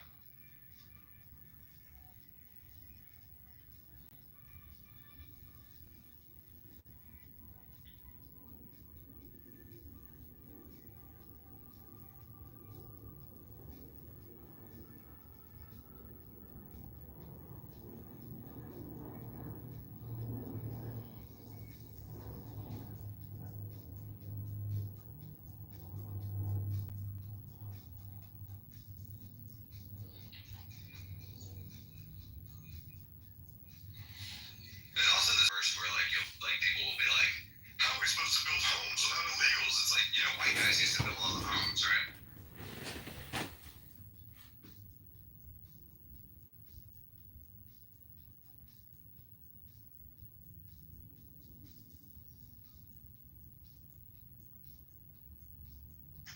Bitcoin price is so boring. Every day it'd just be doing the same fucking thing. Nothing's happening.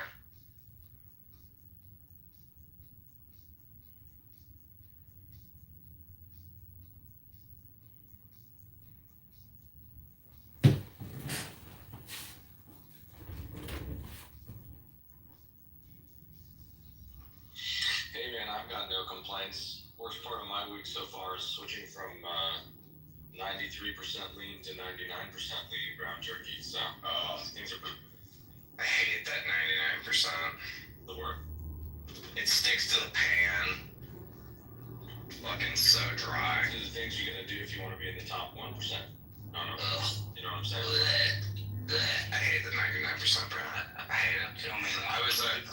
I put so much seasoning, like an ungodly amount of seasoning, like a disgusting amount, and it didn't taste like anything. Sounds like a ball got gelatin. They're maybe gonna be 99% turkey. They gotta have something on. When I'm deep in a cut, this is my meal. I go fajita veggies, 99 to 1 ground turkey, and riced cauliflower with a shitload of hot sauce on it. And it is gross. But the whole thing is like 100 grams of protein for like 600 calories, and it has enough volume to fill you up, so it's what you gotta do. But it's nasty.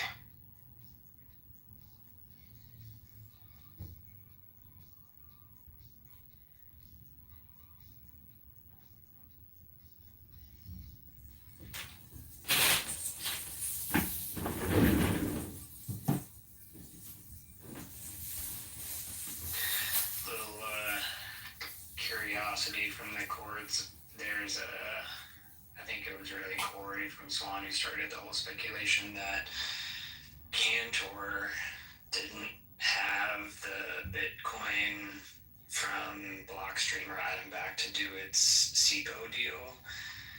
That it's getting it via some sort of loan from Tether, basically, because there's 31,000 Bitcoin that are going into SEPO, and the shares have round trip back to below the deal price, and they're like, why? It's at and back, it's Cantor, it should be up. And so there's a claim on Tether's Bitcoin from Celsius's bankruptcy estate, and so they're saying, hey, this could be encumbered Bitcoin. So anyway, it's just like weak chatter right now that the Bitcoin in SEPO isn't actually unencumbered. So that would be disastrous for Jack Mahler's thing. Yeah, that would also be back to Zach Mahler's thing, but I don't know. Doesn't directly affect it, but obviously it would reflect very poorly on them. It's bad for marketing. Yeah, like you said you were putting in this Bitcoin, but it was encumbered Bitcoin. Yeah. But Corey is also saying like he's never heard that Blockstream had a bunch of Bitcoin or whatever, which like I've heard that a lot, so not sure. Yeah, he's kind of like, wait, blockchain doesn't have that many coins put in, but people are chiming in. What are they doing with all their mined coins? His only explanation for that is why did they raise money if they have all these Bitcoin? That's the only evidence that Corey has that they don't. I mean, again, obviously, but like, we've heard it from Vic that like they took a lot of these money and bought a bunch of Bitcoin. Like, I don't know what those numbers are, so I mean, it could be a lot less than the numbers in this. It could still be a lot, but.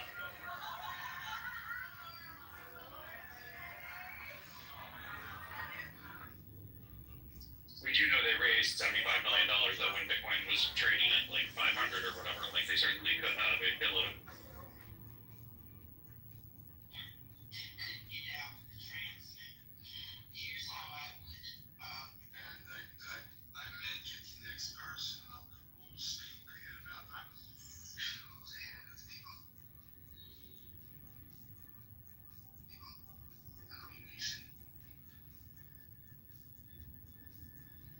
But yeah, I would listen to it more if it wasn't from Corey. He's like in active litigation with Tether and whatnot right now.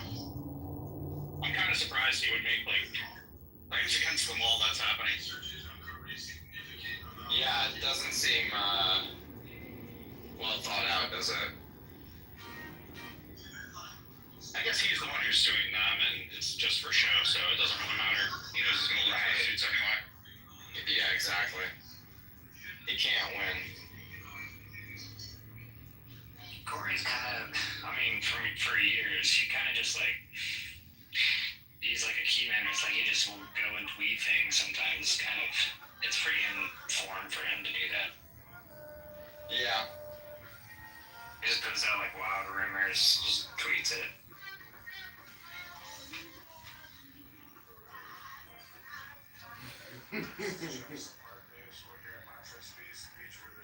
Searching for a 10-year-old who was apparently drowned in the Lake Michigan. Also, the police response, multiple boats.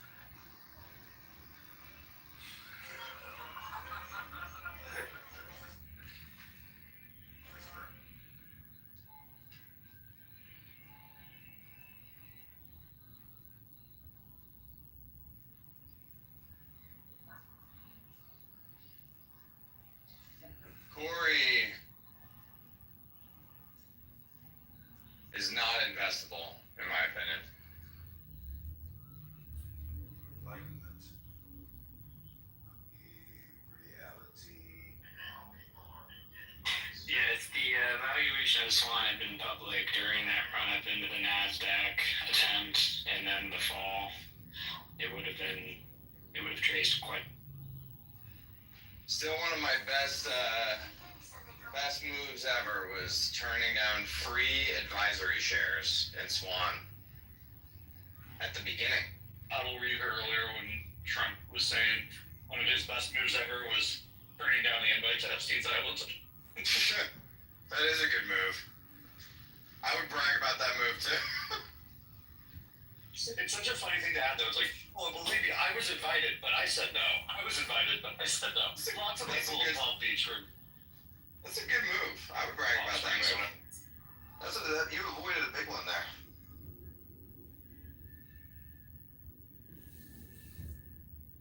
Took my teenage daughter on Jeff's plane. That was a bit of a miss.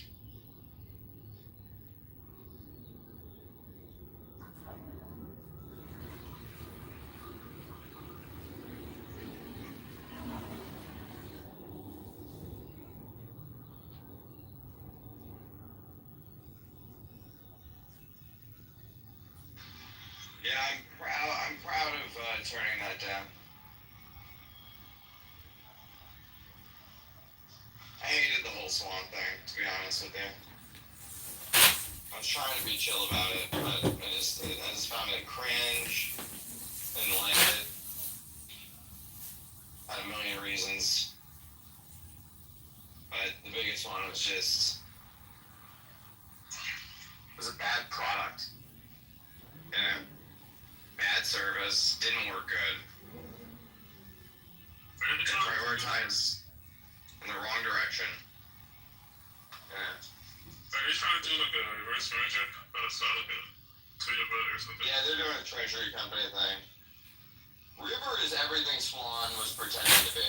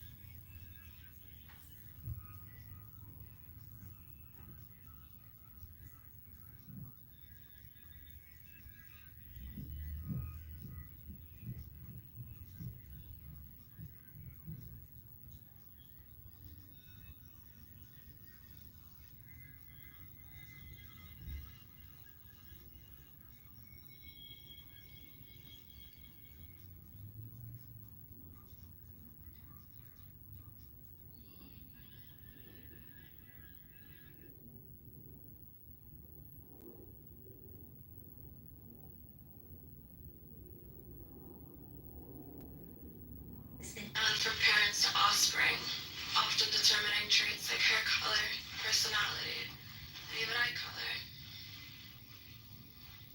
My cheeks are blue. Sydney's tweet. Casper and Jean. They're literally saying the quiet part out loud, but was it ever truly quiet when you're wearing dumbass merch like this? I mean, really. Make America great again. When was America ever great? Their definition of greatness was when this country was full of white supremacists and that slavery still existed. And now we have this interesting ad with a play on words where we pass on blue genes to those genetically with blue eyes. And let me just guess that they're going to market that these jeans are made out of 100% cotton. Heaven forbid that there's any poly blend or any mixture of other fabrics, because you know we will totally wrap them all up and incinerate them like we incinerated $10 million worth of contraceptives overseas and 56,000 tons of food. But there's always an exception of the mixture of different fabrics with 100% cotton, and that's when the 100% cotton is being picked by people of color.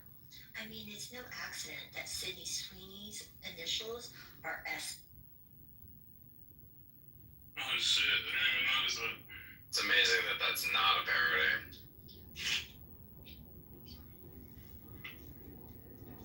Like, that's not a parody, right? I don't think so. I'd seen stuff about the claims of Hitler stuff with it, but you know what the Bible says about mixing fire? Not allowed to do it. Same thing as being gay. You can't do it.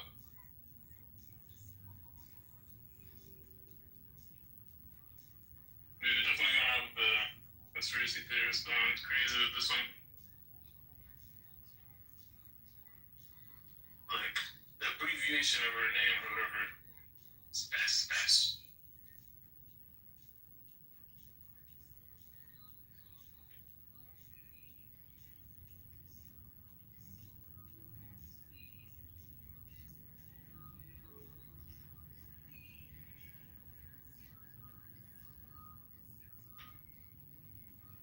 It's amazing how dumb people are.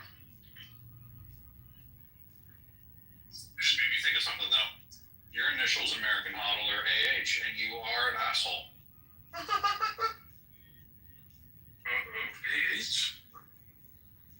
The initials are American Huddle are AH.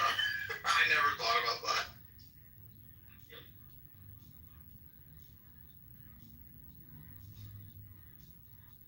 That's so funny.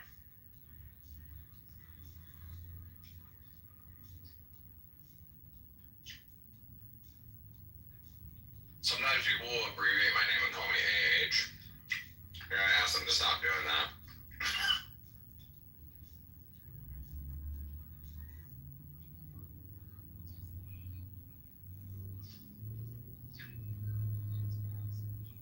Wasn't your user American Huddle 88? No. It was eight. Just eight. I'm just joking. But there were 7 other ones. You didn't get the reference? No, I did. I got the reference. I'm saying I'm glad it was just 8. There was only one 8. It's just Hitler, not Hail Hitler.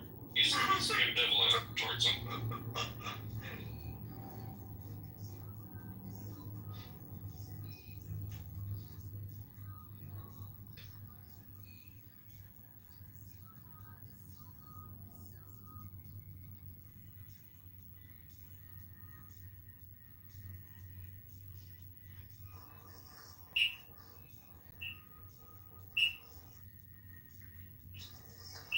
What is this Bitcoin list? Am I on it?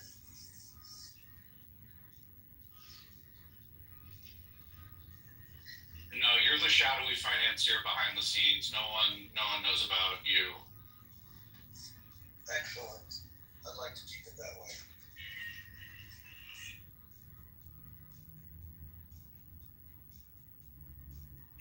If you do see me on any list, just correct it by misspelling me, okay?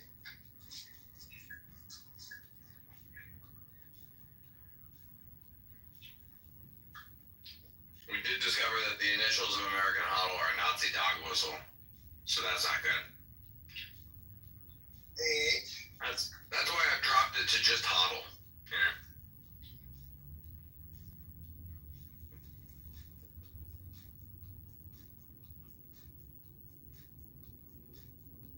Which we all know stands for Hitler on for dear life. I'm gonna have.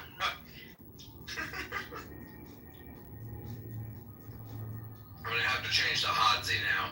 If it.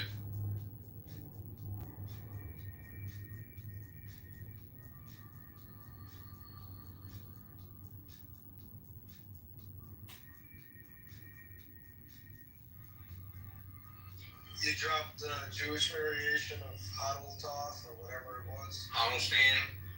Hoddlestein, yeah. No, it's Hodzi Hoddlestein.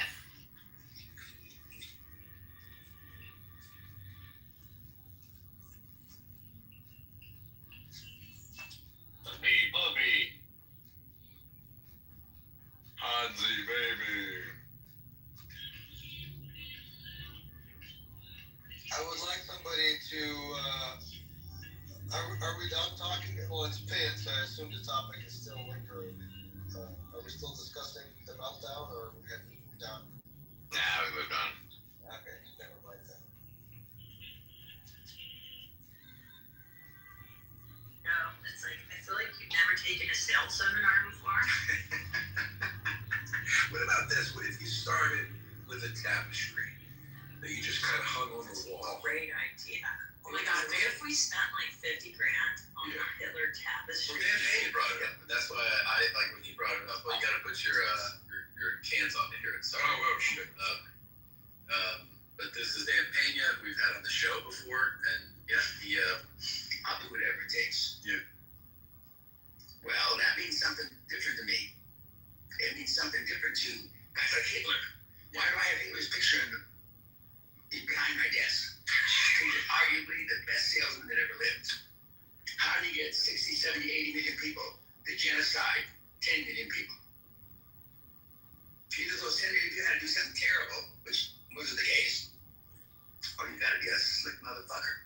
And that's what I'm saying last, see? Yeah. So that's the thought behind it. Will you also start dressing like Gomez Adams?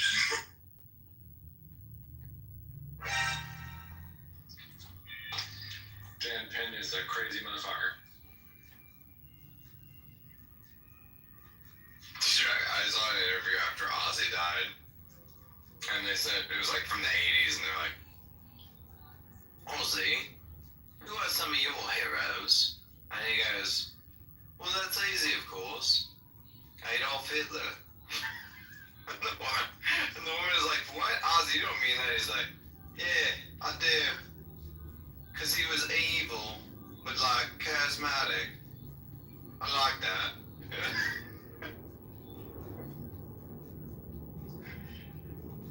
It's funny when you're a person like Ozzy Osbourne, people just let you get away with saying anything. You know? It's just like, oh yeah, that's Ozzy. He can just say whatever. But that Sharon, we gotta keep her fucking mouth shut. She's off the beat. Yeah, she was, what'd she get chicane from the View for? I don't remember. I think it was like a vaguely anti-Semitic thing. Maybe it was clearly anti-Semitic.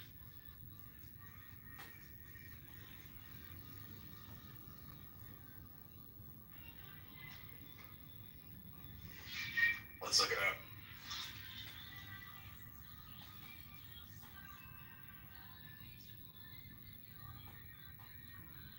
Wait, David, I didn't know Quantica put out their picture of Zach yet. Yeah, they released it through me. So she defended Piers Morgan's racist comments about Meghan Markle.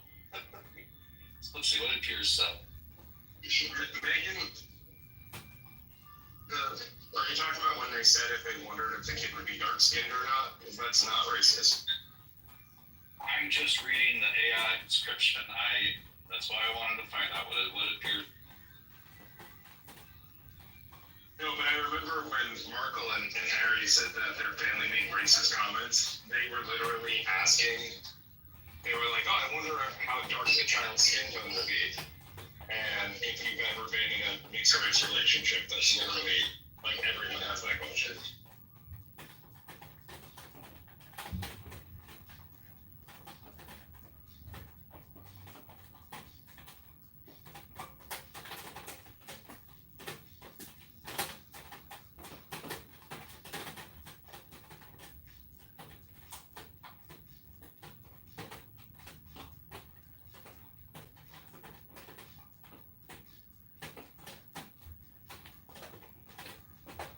found what Piers said, but she tweeted, "Piers Morgan, I'm with you. I stand by you. People forget that you're paid for your opinion and that you're just speaking your truth." I feel like I'm about to be put in the electric chair because I have a friend who many people think is racist, so that makes me a racist. That's what she said on,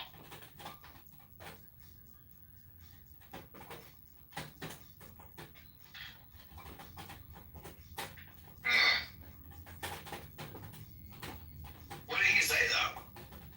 yeah, it's not in that article. I can't find it either.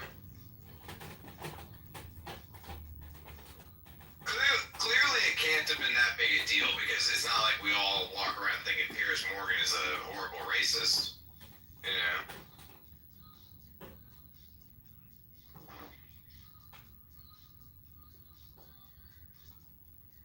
Seems like some wokeness to me.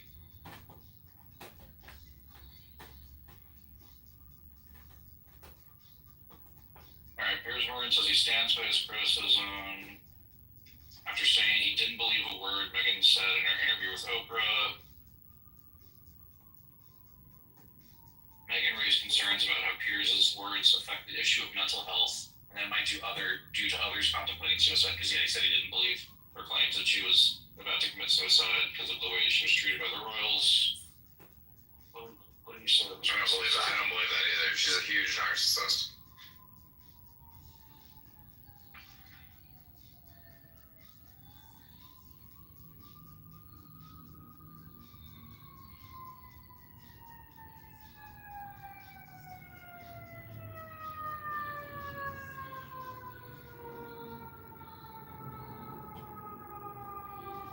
It's just like all the follow-up stuff. It's what did he originally say?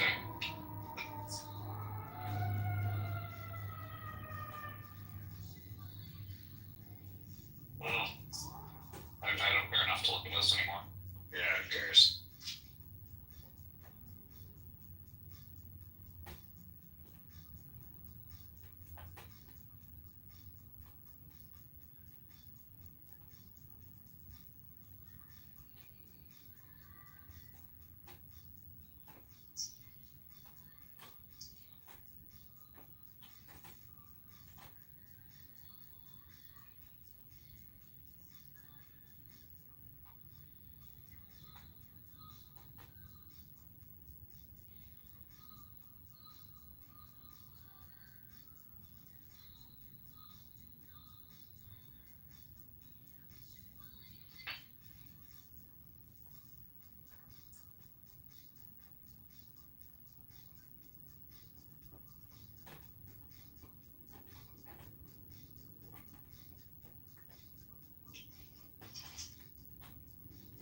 Alright, so what's happened since? It's over 2 years ago, right? Ever since, not a single shred of evidence or name of person has ever been produced. Prince Harry writes a book of over 400 pages, never mentions this, didn't mention the racism claims, was like they never happened. He then said later, I didn't mean to say that the royal family were racist. We didn't, it was the media.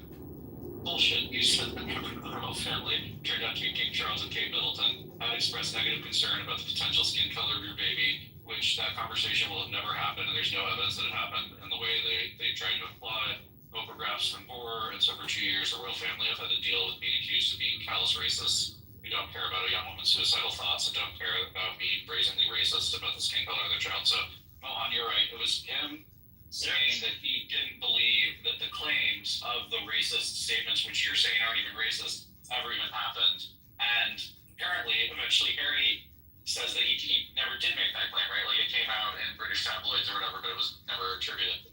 It was literally, even Dave Chappelle has a few minutes on this where he was like, every single black couple wonders like which skin tone of the two couples the kid will be. Like every mixed race couple is like, oh, I wonder what color the kid would be, right? Like you don't know. There's a Larry David Kurt bit where he's like, there's a mixed race couple and they're pregnant and he's like, what would your preference be? You probably want the baby to be darker, right? You know? And then the guy's like, yeah, darker would be good. And then the woman's like, what the hell? And he's like, well, you probably want it to be lighter, right? And she's like, well, no. It's like, I feel like it's fairly common. Yeah. Also, I also got a picture. I guess it entirely depends on the couple too, but in my experience in mixed race couples, they typically tend to want the kid to be darker than lighter, but in black couples, they want the kid to be as light as possible.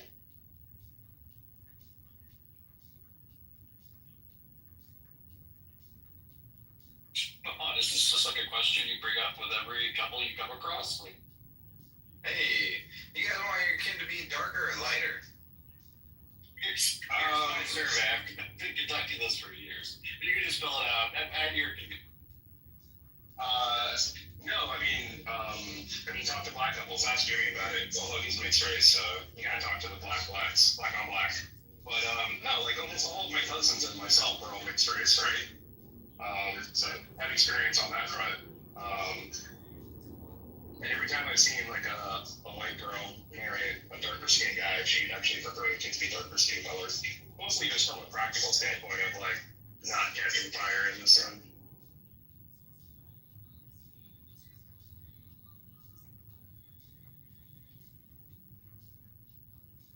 It could also be that the whiteys that just want their Aryan pure blood to withstand may not share their opinion with me. I want to be offended, but I got a low-grade sunburn yesterday because I didn't have sleeves on while I was waiting for my car to get washed. So You gotta use Jack Dorsey's app, Joel, to be careful out there. I did. That's right. Wait, Maybe lower yourself by another level then, Joel. It sounds like you're a little bit fair. Delta, stop hiding from the sun. You gotta build that resistance to the sun. I'm the fairest of them all. Yeah, is that what she told you? I'm actually like the tannest I ever get right now, and you're still burnt? I'm just a pink guy. Do you have like any Sicilian in you, or like any non-real white? Like liquid? Sicilian? Yeah, just any kind of like not actually white in you. Are we having a white off? The most non-white part about me is Ashkenazi Jewish, which is incredible. Yeah, that's unfortunate. Yeah. Other part is like British Irish. Delta. Huh? What percentage? 48. And there's also conducting a survey. And you're trying to figure out if you can get Israeli citizenship. At 48%, he is an Israeli citizen. What are you talking about? That's what I'm saying. That's why you're trying to figure it out. No, I was just gonna. When I was thinking in my ears like a low number, and then I'm standing into it because it's like a statistical noise. But you should take full advantage until proven otherwise. One of my friends got his 23andMe back, and it was like 8% Ashkenazi Jewish or something, and he immediately posted the cartoon of like the Jew with the giant nose. Jesus. It did not go over well on Twitter, obviously. Bro, I don't trust those things because my dad did that shit, and he had heard like something that like we had a little bit of Ashkenazi in us, so he marked the little box that said Ashkenazi, do you have Ashkenazi Jewish heritage? And he was like, yes. And then it came back like 6% Ashkenazi Jewish or something. And then I went through the same process and did not mark the box, and it came back 0. You know? Why would you put where you think you're from on a thing that tells you where you're from? Exactly.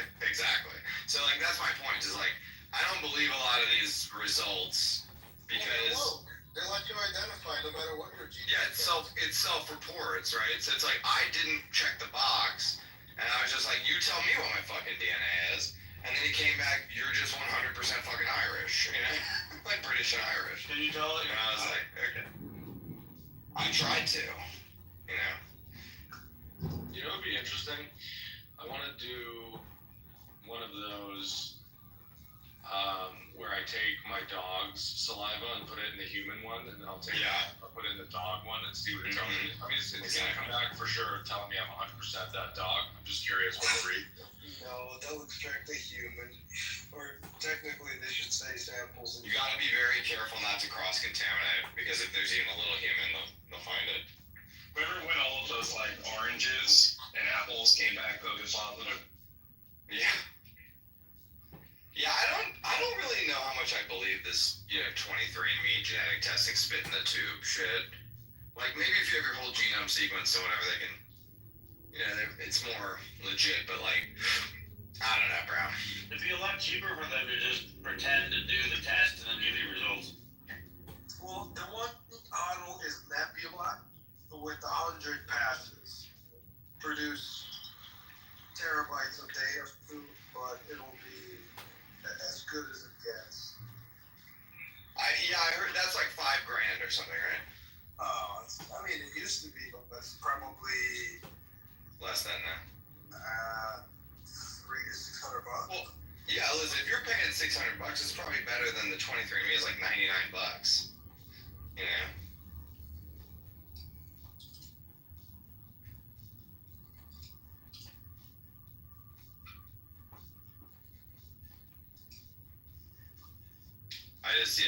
Because when my dad checked the Ashkenazi box, I was like, bro, I don't know where you're hearing that. I've never heard that from any of our family members. That seems like you're just making it up. And he was like, no, I heard it from like a great aunt. I was like, okay. And then I verified it myself.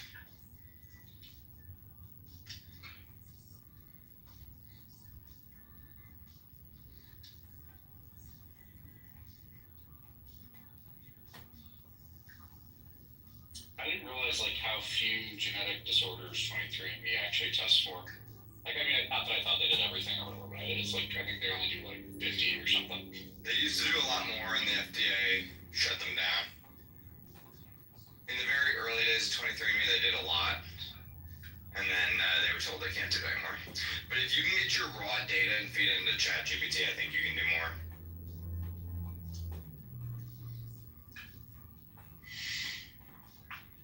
That's what I want to do. I want to get a whole genome sequence and then just feed it into ChatGPT, and then just do my own analysis.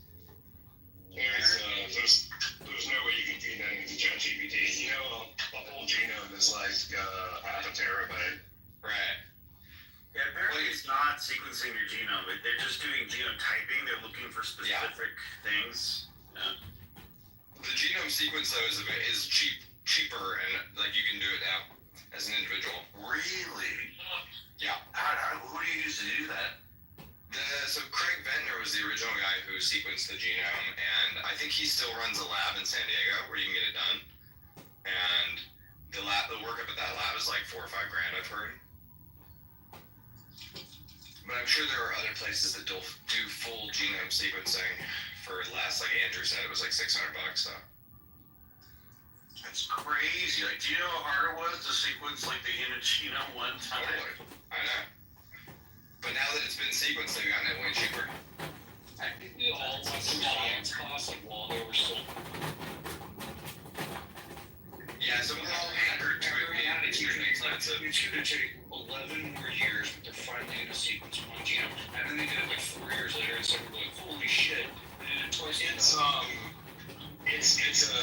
a strictly compute value cost. So the cost is directly tied to the cost of compute. So it's been going down. It's been going down like 16x or whatever every like 5 years or something. You can get a whole genome sequencing now for like $1,500, $2,000. Wait, so what company is on? I still in disbelief because sequencing the whole genome is so hard. It's not. It's called 30x whole genome sequencing, and you can get it done for like $2,000. That's gone down even more, Mo. I'm looking at this thing. It says Nebula Genomics offers high coverage 30x whole genome sequencing for $300. Okay, well, the last time I checked was like 3 years ago. It was pretty good. Yeah. 300. I'm gonna get that done. The number I was quoted basically, if you want to get whole genome sequencing, but you want a company that will use your data for anything, it's still like 5 to 10 grand. I don't think he heard me. He's on the phone. He's already submitted his DNA. Shut up, Mohan.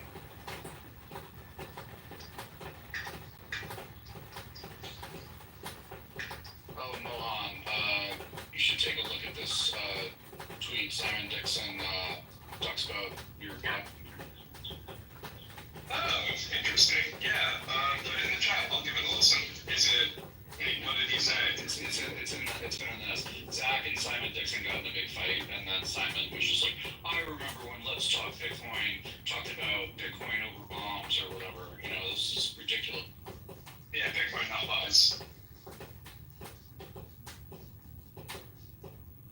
that's cool. I was the one who brought up Bitcoin.pop all the time. Well, alright, that's a nice little shout out. Simon thinks that Zach is a Fed, and wants to kill all the babies in Palestine. Look, if you're asking the person who would regularly bring up Bitcoin.bombs on Let's Talk Bitcoin, whether or not Zach canonically espouses the values that I stood for when I talked about Bitcoin.bombs, the answer is no. But I acknowledge and accept its existence and find it more useful than harmful. And believe that people cannot have my values and still be a contributing member of society.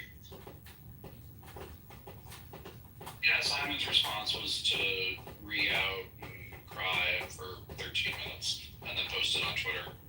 Yeah, you see, Simon's a British man, which means he's basically a Karen. That's kind of just like it baked into their culture. So I wouldn't necessarily. I like Simon. Clearly, Simon likes the values that I espouse on this topic. But I also think Zach's doing an okay job.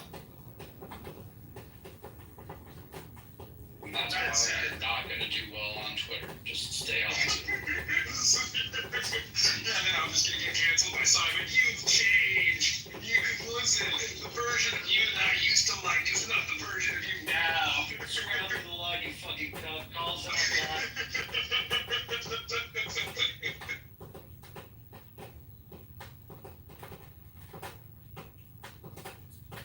Loves. I just brought this line from AA funny. The cost of whole sequencing has dropped from $3 billion to $1,000 today. It's crazy. I guess, why not? This is technically feasible. That's wild.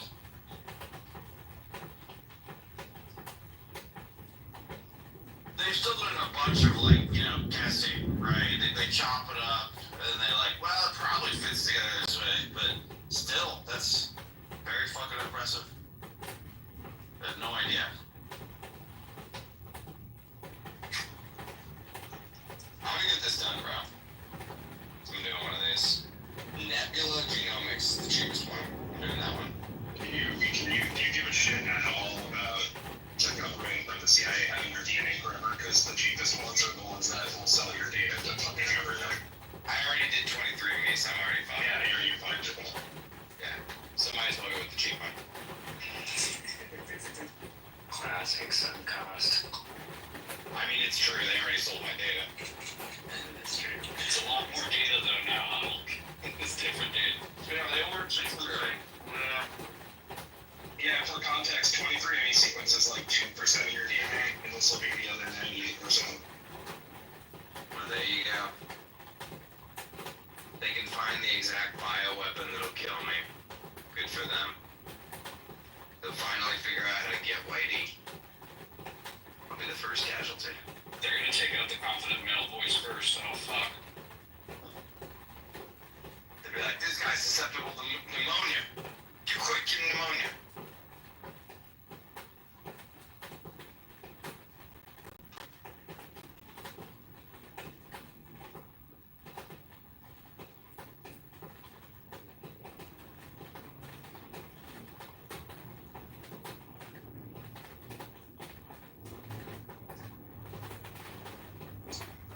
Do any of you have companies where you actively manage like hiring decisions or whatnot, like your own personal companies? Yeah, I hear names sometimes. I need to know if this is like a fileable offense. Okay, It's yeah, really fucking weird. Sorry. So we have this driver, and she got into an accident, like. Lady driver, immediate termination. Lady driver. She got into an accident and totaled one of her freaking cars. It wasn't her fault, thankfully. She didn't get hurt, yada yada yada.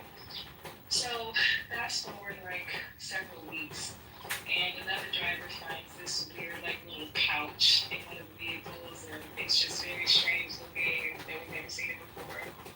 They see it in one vehicle, then another one pops up in another one, and then there's a third one, and then they finally bring it to my husband's attention. They're like, hey, this is fucking weird, we don't know what this is. So we have one of them open it, and it's like this little satchel full of like herbs and other weird shit. And we put out like a message to all the staff, like, hey, you know, drivers have found this in the vehicles, like it's kind of weird, nobody knows what it is. Can someone like fess up, like who sees this and what is it?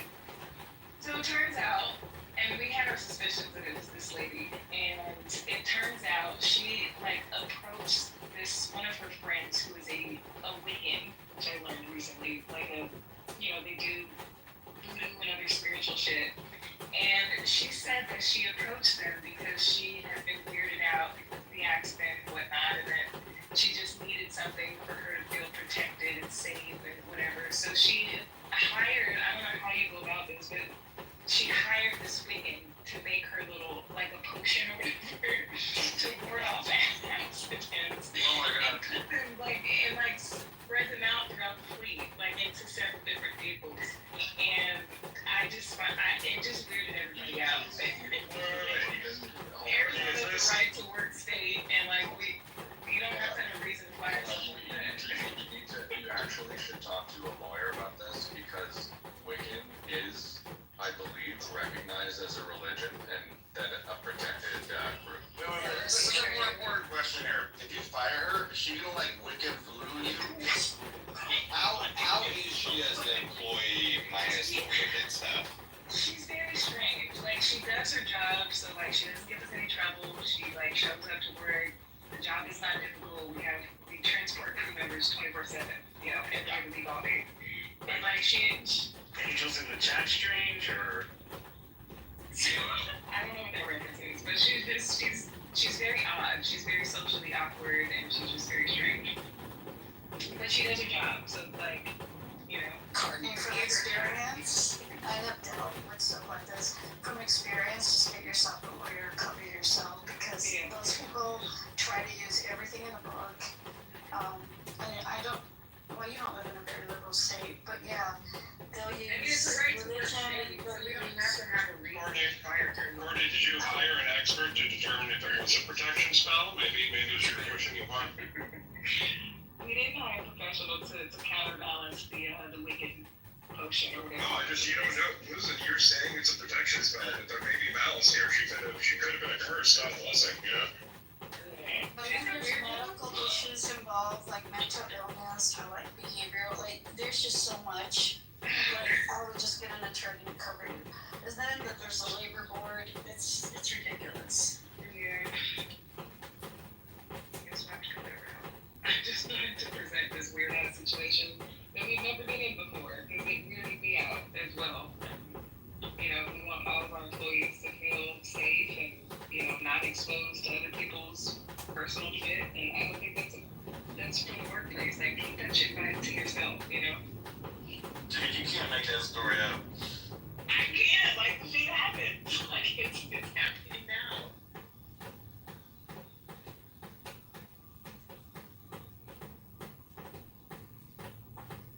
Now don't fire her and get a lawyer. Yeah. I mean, let them advise them how to go about it. Don't leave it. Because, you know, medical, you got HIPAA, she could say she has anxiety. I mean, there's just a whole lot of things just get ugly. Are you in a freedom state or a liberal state?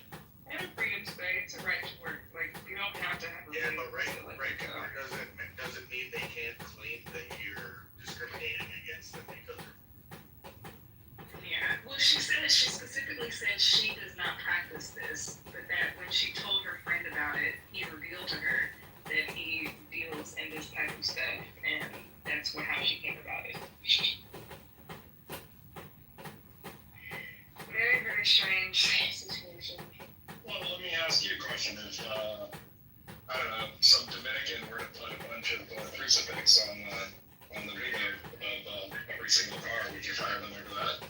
I wouldn't fire them, but we would require them to take that down. Yeah, so why not just require her to take it down? Just be like, hey, undo all your witch stuff. It's not the place for her. Yeah. I don't know.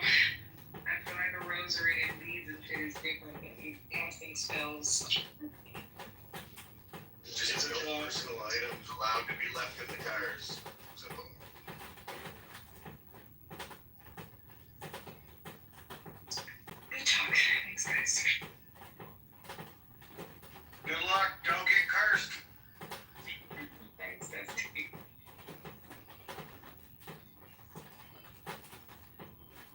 I got a guy if you need some retaliatory spells. Yeah, really.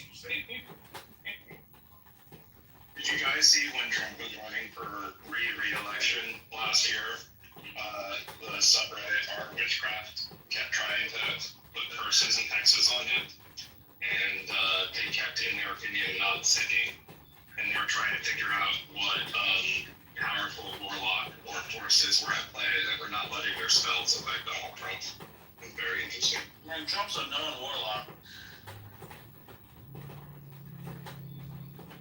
I mean, why else do you marry an Eastern European? Melania clearly has warlock-esque powers, right? Yeah, man, like marries like. Yeah.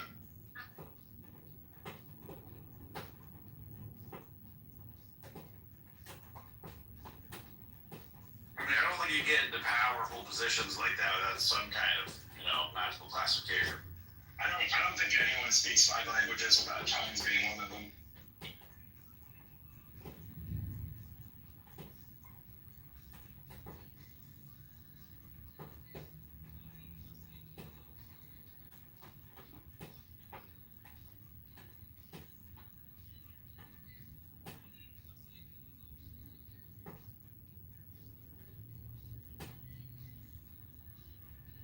Hey, as of today, we hit a zettahash per second. Congrats! That's something. Big Hash is here. What's after Zeta? That's the end. Exa? No, it goes Exa then Zeta. Okay, sure. Wait, what's after Zeta? Where are fraternity guys at? I heard you, and I said yes. I'm on a phone call. I'm leaving. Okay.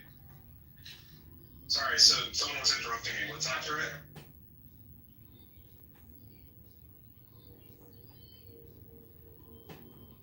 Damn, your librarian's mean, huh? Oh, I just was eating at Burger King, and they're like, "Hey, it's been over half an hour." I was like, "Okay, I'll leave," and they're like, "No, like you have to leave." And I was like, "I'm literally packing up." I heard you. I agree. See, the birds don't take no shit. Damn. I would have stayed. Fuck out of here. I'll buy a 4-piece nugget and just eat that thing for 2 hours. I could just do that. Wait, they're just telling you to leave? That is weird. That's fine. I sat here for like an hour.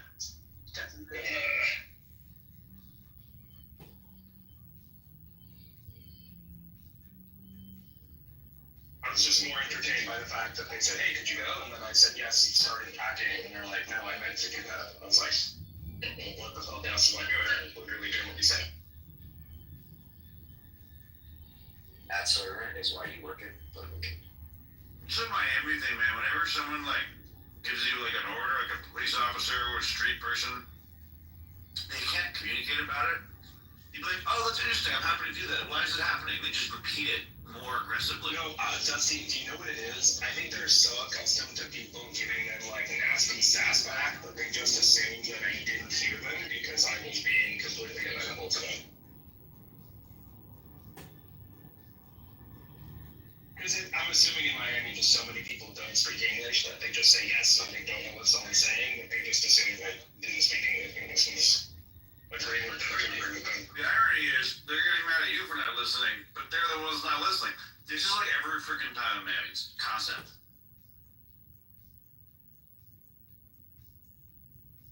Mohan, are you having to evacuate from somewhere? No, I'm just dealing with jackasses. Yeah, he's being evicted from the kingdom. He's evacuating from a Burger King.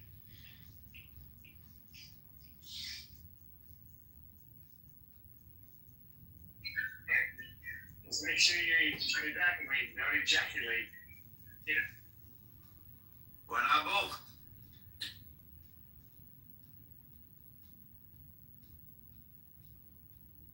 My mind is still blown. I just learned I was today years old when I learned that you could sequence the whole freaking genome in less than a day. That's insane.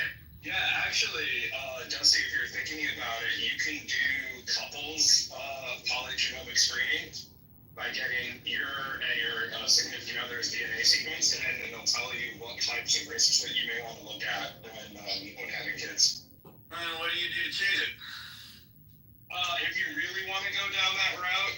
let's say for whatever reason you have a high probability of a couple of things occurring, you can do polygenetic embryo selection. So what they'll do is you do IVF, and then they'll harvest like a dozen embryos, you fertilize them, and then they'll do the genome sequencing for all 12 of the embryos, and then choose the one that has the least likelihood of expressing those congenital disorders.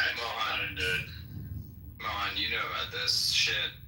Is 100x a meaningful improvement on 30x? I don't know. I haven't looked at it. Interesting. So Andrew, the you have any reason- thoughts about that? He's out there.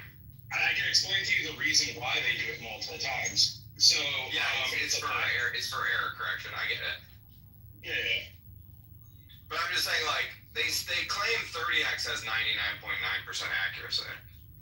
They say you only need 100x if you think you have rare, mutations in your body. But it's like I don't know. Like, I don't think I have rare mutations. Is it 3 times more to do it, or is it less? Because like It's twice as expensive. But if you're talking 300 or 600, I say fuck it and just go for the extra.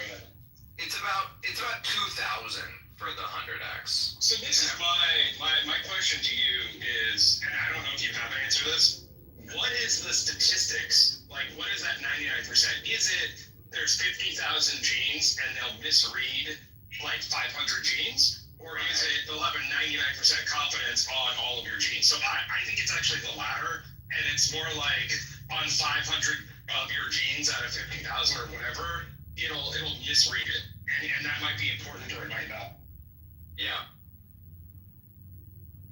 I think probably I'll just go with the 30x one. Because I'm not really working with a doctor or anything. I just am doing this for my own for funsies. I'm just going to feed the data into an AI. So it's like, yeah, 30x is fine.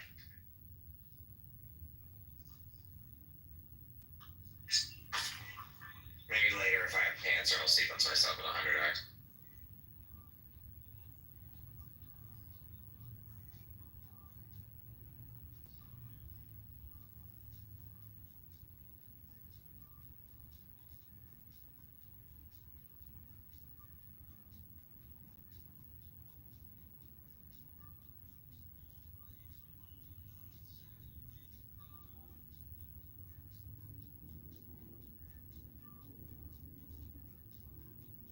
Huddle, are you taking that Galari test?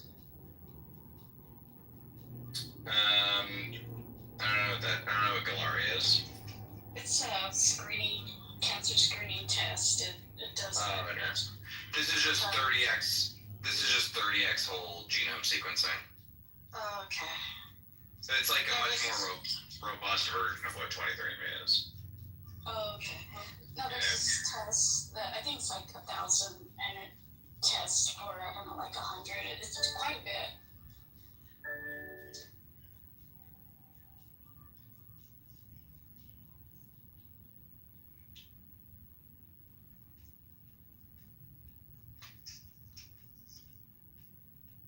Dude, it's funny what like other people respond to whenever you're doing proactive healthcare.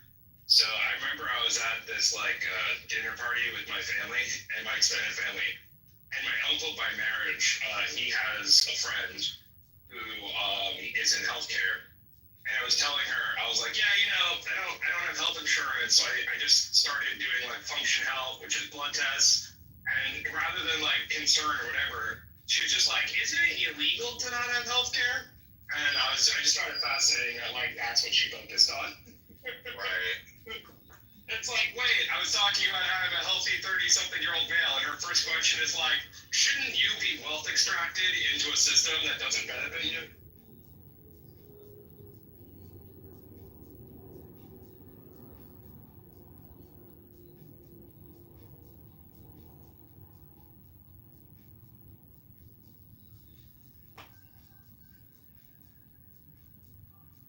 I'm just gonna do the 100x one. Fuck it.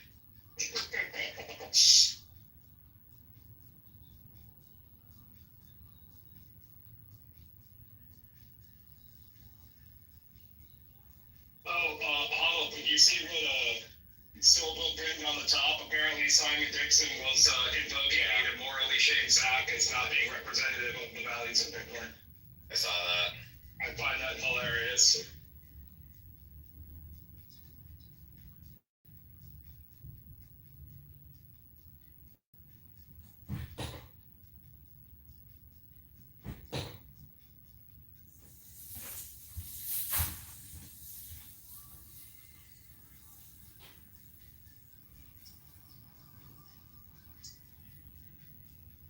Hey, Harold, you know that conversation that me and you had for 45 minutes? Yeah. That inspired a whole video that everyone loved. Yeah.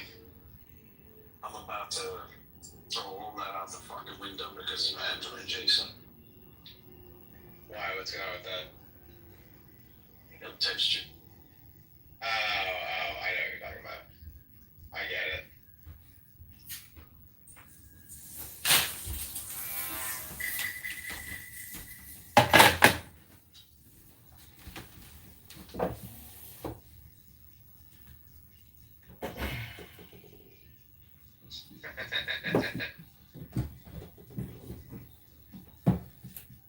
I'm telling you, I have the worst friends. It is nice. It is nice. Is that Panamera? Yeah, GTS. Fuck, yeah, that's nice. That's a really good everyday car. I know. That's what I told you. I like the rims on it a lot. It's so much special color or something. The rims with that color, sexy, dude. Oh yeah, there's money, bro. And you know the inside, well, I'll take just send you a picture. The inside is like brown leather. It's like espresso brown leather. What do these go for?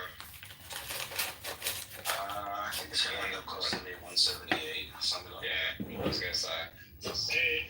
Hey David, how did you make that photo of Zach? Because I kind of want to make a photo of me and Zach in Bitcoin Up bomb shirts and then reply Simon with it.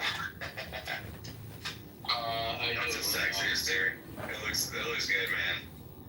I say fuck it. Life short, bro. Fuck it. You want me to message you the photo, bro? Yeah. No, it is more than a Bitcoin. It's more than a Bitcoin. It's more than, it's 1 point, whatever the fuck. It's gonna cost me 178. If you get financing on it, though, you know what I mean? You can't do that in Dubai, but I'm trying to figure out, like, okay, how else can I get financing? Well, you can get financing.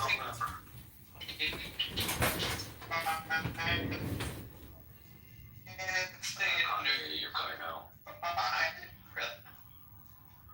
You're cutting out. I can't hear you. Is it haram to finance cars or something? No, they just don't have a big finance culture here because most of things are in cash. So you need you have lived here for 2 years and all this other stupid shit, whatever, to get it.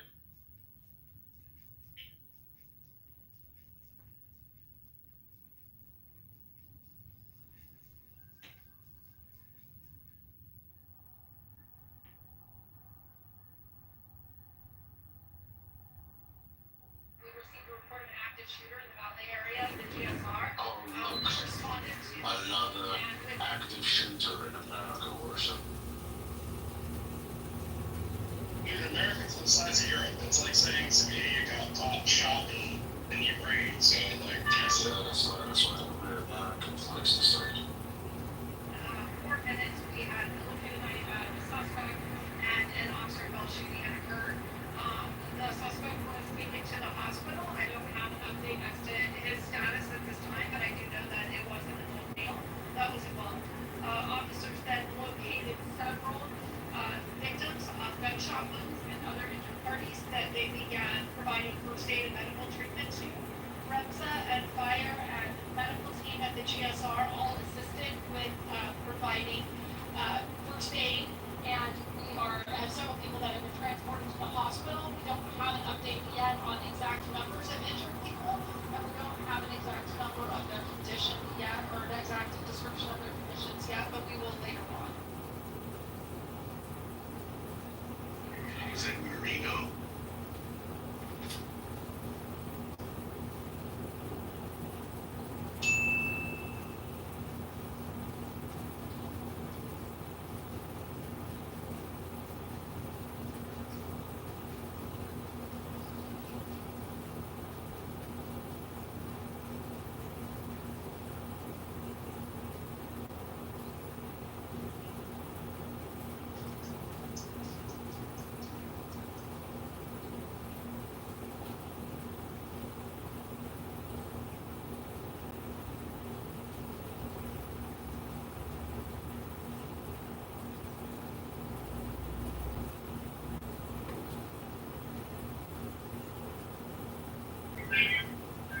shine.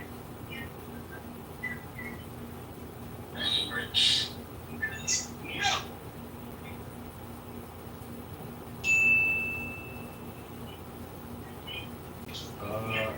Right, with me. No. Hey, with your fucking chest. Yeah, Rich, you gotta edit that video, lending your Bitcoin, dude. You can put that in.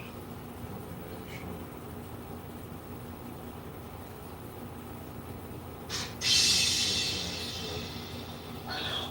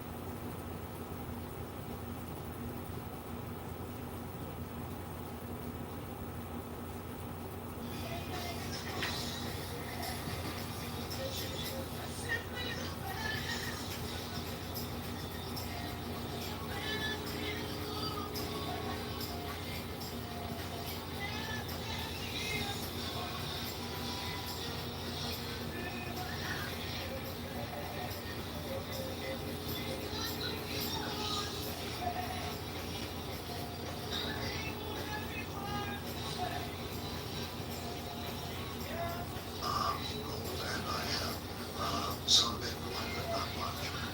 What are they each 10% gold? I'm not going to describe my own exactly, but I'll say the following.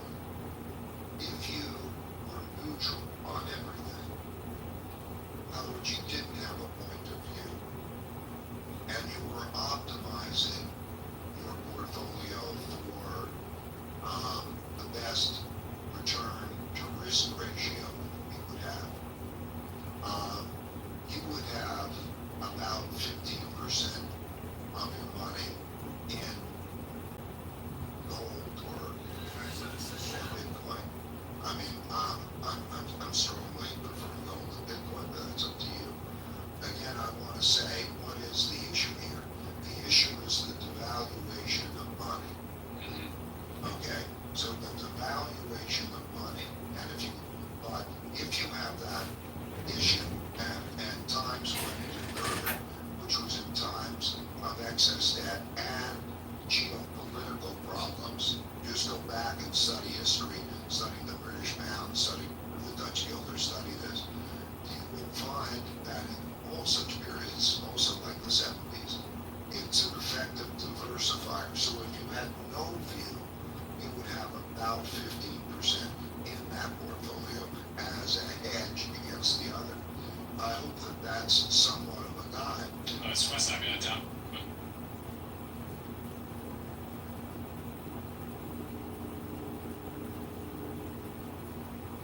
It is weird how he says gold or Bitcoin, not gold and Bitcoin, as if like he's aware of the fact that they're completely different investors. Like the kind of investor that'll take gold won't take Bitcoin, and the kind of investor that'll put money in Bitcoin just won't put money in gold.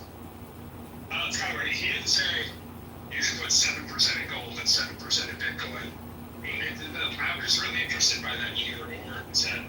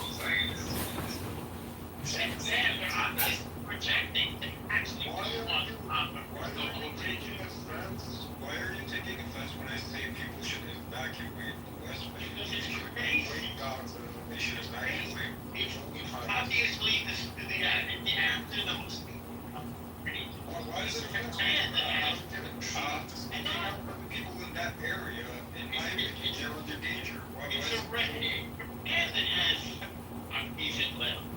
You were in the Patriot. And Trump on the side I said it's the most very. How about now? No. You try. You can try. Yeah, it's Iran that had terror proxies all around Israel in a ring of fire. Hezbollah in Lebanon and Syria, the Houthis in Yemen, Hamas in Gaza. You're like projecting good, right? What you're doing. It's not like What did you say again about Hezbollah? Can I say something now? it's a terror. Hold on, because I know Weinstein has been trying. She's been trying to go for it. Hezbollah is a terror proxy of Iran. Obviously. We're going with Weinstein. No, I'm sitting here listening to you guys. I'm not even shocked about the title.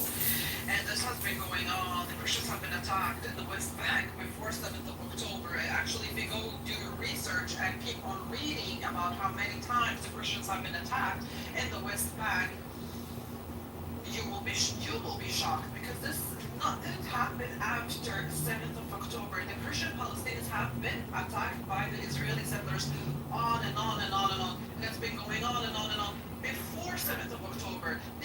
Why are you guys so shocked? I mean, you're sitting here questioning the Israeli government. The Israeli government doesn't clearly care. I mean, they bombed the Catholic Church a couple of days ago. Why would they care about a village and some people that got attacked? They attacked a Greek Orthodox church 2 years ago in Gaza. They bombed the Catholic Church a couple of days in Gaza. They bombed monasteries in South Lebanon as well. South Lebanon. So where's Hamas in South Lebanon? Why even a church? Why a church in South Lebanon? Go Google yourself. Which one? They bombed monasteries in South Lebanon. The churches have been attacked in South Lebanon. And this is going on and on and on. So Christians have been attacked so many times before 7th of October. So this is not something shocking or something new to us, by the way. So go do your research and go look for yourself. Well, thank you. I'm unfamiliar with. I'm definitely not somebody. You can go next. You can know the resistance go. But I mean, I'm going to be honest with you. I'm not familiar with all of the shit that would have happened between Christians and settlers and that kind of stuff. I'm just more like focused on currents. What's been happening currently. So I mean, I'll take your word for it. I'm just not. I don't know. And no, we can discuss what happened in the West Bank yesterday, today. I don't mind, but I'm just saying, like, this is not something shocking for us that lives or are from that region. We've been knowing this, we've been saying this for years now. And you're a Christian? I have a parent that is Muslim and a parent that is Christian. Yeah, I'm Christian. Yeah, so, and here's the other thing is that last week, or maybe 2 weeks ago now, my country, the U.S. ambassador for Israel, has wrote a letter to Trump saying that he has major concern for Christian organizations and evangelical groups going to Israel as of right now. And he said that, and now he didn't put any travel advisory because that takes a lot of time and it takes a lot of evidence, and he rather than doing that, he had done a public call saying that American Christians should reconsider their travel to Israel, right? Which is a really interesting thing because, again, I've been told that Christians are very welcome to Israel, but our own U.S. ambassador, again, he's a Zionist, he's a Zionist, is saying that Christians should reconsider going to Israel. Not because of the war, not because of how they're treating Christian groups in Israel as right. We treasure Christianism right now. It's my goal. Shut your nose. No one told you to talk. No one told you to talk. Shut your nose. So once again, like I was saying, I'm glad you brought that up, because when they talk about these fake borders that they lie about, Resistance. Just let him give his brief response. Why? That's the You said I was after. Alright, you know what? No, normal, you can go after resistance. No, resistance is hurting to go, so go ahead. I waited my turn. Like, I need Go ahead, yep, go ahead. He has no problem, so he can't. Okay, let's not attack each other, just go ahead. Go ahead, resistance. Hold on, I got it. Right. So, like I was saying, Greater Israel, which we know is in the Likud Charter and the Israeli part, they all believe in this. Bibi Netanyahu raised it up in the Senate, he showed them that. This is the funny thing, right? Those same countries that he tried to say that is surrounding Israel are the same one on that list that the American general said those were the 7 or 8 countries that America was going to invade on behalf of Israel. After the September 11th, this was 3 years ago these things were playing. So it's nonsense that they have this logic to say there's no such thing, we don't believe in it, but yet it's all over, the evidence is there. They are attacking the Arab Peninsula. They are trying to colonize these countries. And when they say they use this analogy, it's only 700 solid. No, it's 7 million people in Israel with the backing of the United States Armory and the UK's Armory. Arms, missile planes, and other people that go over there and help fight with Israel. Number one, Americans fighting the Israeli army, and so do Europeans. So these scum liars need to just stop, play off the drugs, and deal with reality, because everyone knows the reality. It's Israel, the terrorist group over there, backed by the UK and America. So Israel produces almost all of its arms itself. It gets a small amount from other countries. And by the way, I wanted to point out that we treat our, hang on a second, we treat our Christian guests with tremendous respect. There may be some incidents, but we are grateful for our Christian brothers, which is the reason why, for example, Huckabee in turn defends us so adamantly. By the way, you should know, we give aid to all of the countries in that region. Obama even gave aid to the Muslim Brotherhood in the Arab Spring in 2011. So we give $1 billion a year to Egypt. We've given billions to the Palestinians. Many people don't know this. And of course, the purpose in giving this aid is to try to create peace in the region. Israel is a tiny, tiny country, the 4th tiniest in the entire Middle East. There are 22 nations in the region. Israel is at the bottom of the list in terms of size. The idea that there's some project to colonize the rest of the region is a little bit absurd. There's no evidence for it. What Israel will do is create defensible borders against the countries that have been attacking it, such as Hezbollah in southern Lebanon, although we worked that out because we eliminated Hezbollah, which was occupying Lebanon. We got rid of this butcher named Assad in Syria, who killed 650,000 Sunni Arabs. You're welcome. We killed Nasrallah, who was a terrorist. The Arabs celebrated when we killed the terrorist Nasrallah. No, it was only wiping out Hezbollah, or wiping out the Houthis, It was actually or only wiping out Hamas.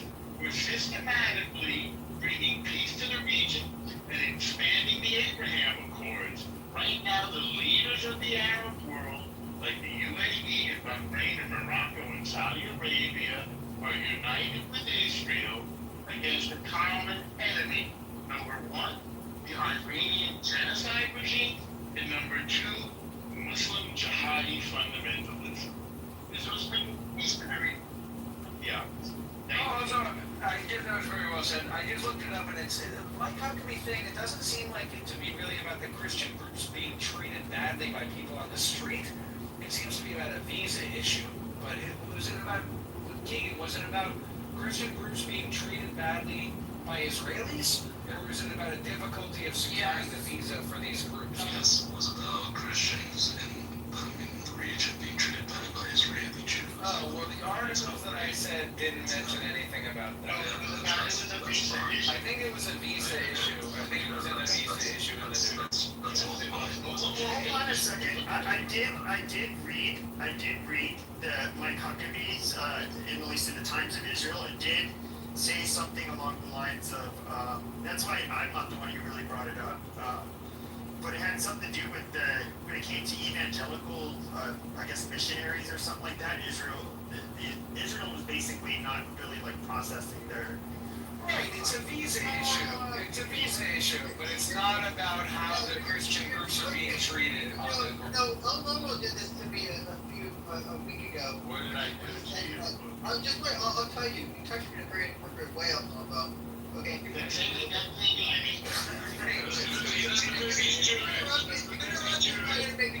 interrupt me trying to make a joke, but here's the actual thing, which is what my friend's doing now, which is that a week ago, Lomo said that Israel gave 2 million tons of aid. Yes, No, Israel facilitated the movement. No, actually, I looked at it. Let me finish the point. My friend now is saying, well, this was a visa issue. They were not persecuting Christians, but rather they were making it harder for evangelical groups and Christian groups to come to Israel during this time and prolonging their visa acceptance. So you can say it's a visa issue, but they're only persecuting one group, so that becomes your persecution. Not persecuting them. They just had visa. And by the way, I checked it today, and Israel is paying for that aid. We're actually They're not paying the I checked it today. Alright, all of the taxpayers. Alright, the taxpayers are feeding them. Alright, well, let's not get, I don't want to get derailed, but Oliver said he wants to speak, so go ahead. Thank you. Norval actually did say something correct. Israel is allied with many of those groups. They did topple Assad, and these were bad things for Christians. If you look, for instance, who was protecting Christians in Iraq, Iran backed Hashd-e-Shabi, who supported Christians in Armenia, Iran, who supported Christians in Syria, Bashar al-Assad, who supported Christians in Lebanon, Hezbollah, and allied groups like Sanaya and other groups associated with the Iranians. So, yes, Norval is absolutely correct. Israel did topple these organizations, and look at the groups they replaced them with. Jolani, the former head of ISIS, former leader of Al-Qaeda. Israel has been caught multiple times giving funds, aid, and weapons to Al-Qaeda. Druze in the Golan literally started attacking Israeli medical convoys because they realized all those people they were bringing into their borders were not Druze are our allies. They were Al-Qaeda. Shut up, Normal. Listen to what your commanders actually say about your military activities, right? He's not contradicting that they're your allies. I think I get what he's saying. Exactly. The Druze realized that a lot of the medical convoys they were bringing into Israel were filled with Al-Qaeda fighters. Al-Qaeda fighters that were Can you please show me for like 10 seconds? There is evidence. No, there is. No. That was controversial, but they were with the ISIS-linked terrorists that I believe from Syria. They were fighting Assad. Israel was giving some of them medical care. Yes, Jabhat al-Nusra is literally the Syrian branch of Al-Qaeda. Anyway, the same Jabhat al-Nusra that Israel was fighting did actually happen to kill Druzes on the other side of the border in Syria, which many Israeli Druze, down to even an Israeli member of the Knesset, literally attacked Netanyahu for doing exactly this. So yes, Israel, if you are a Christian, if you are another Middle Eastern minority, is no friend of you. Why? Because they fund, abet, and destabilize regimes that protect you and enable Sunni Muslims to slaughter you willy-nilly. Right? That's why right now they're literally having negotiations with the terrorist Jolani about how they should take parts of Lebanon and basically let all of that get Just attack Jolani. Yes, whilst also negotiating that he should take Lebanese territory. Whilst also negotiating that he should take Lebanese territory. So you replace one guy who's protecting secular rights with a terrorist.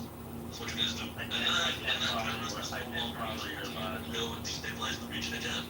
Anyway, this is how you guys operate, and it is well known throughout antiquity that you guys despise Christians. We can go all the way back to the death of Christ. We should Talmud boast about genocide. Sanhedrin 138, verse 21. Anyway, you guys were the first people in the world to massacre Christians in large scale. You can see this in the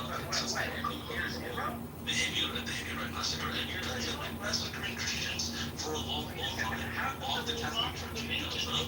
You shot the liberal Catholic world in Gaza. And attacked Christian villages for years. You besieged the Holy Sepulchre. You besieged the Church of Nativity. There is just about nothing under the sun that a Muslim has done to Christians that you have not also done. So don't come here saying that, oh, we love Christians. We don't despise Christians. Everyone knows this. Y'all been beefing like that. Y'all been beefing harder in the block of Chicago for centuries. Now, years. Now, Why do you give a fuck? Why does anybody give a fuck? There's 2.8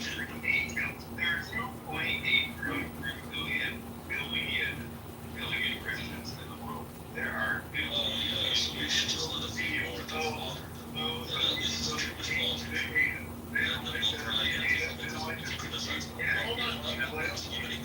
Hold on, guys. Hold on, Oliver. As we let you go, let's see it. And then there's over 2 billion Muslims in the world, right? Oh, they hate us, they don't like us, blah, blah, blah. Like, why do you care if people like you or don't like you? Why do you care? Why, it doesn't matter. People like you or don't like you. As long as they aren't doing anything to you. And furthermore, there are over 13 areas surrounding Israel and various countries, from Egypt to Jordan to Lebanon to Syria to Jordan to the West Bank to Gaza to Saudi Arabia. There are probably even more than 13. So yes, sometimes there are conflicts with the Jews and the Middle East, other people dead, other people. But guess what? Arab and the entire fucking Middle East is full of terrorists. It's just incredible to me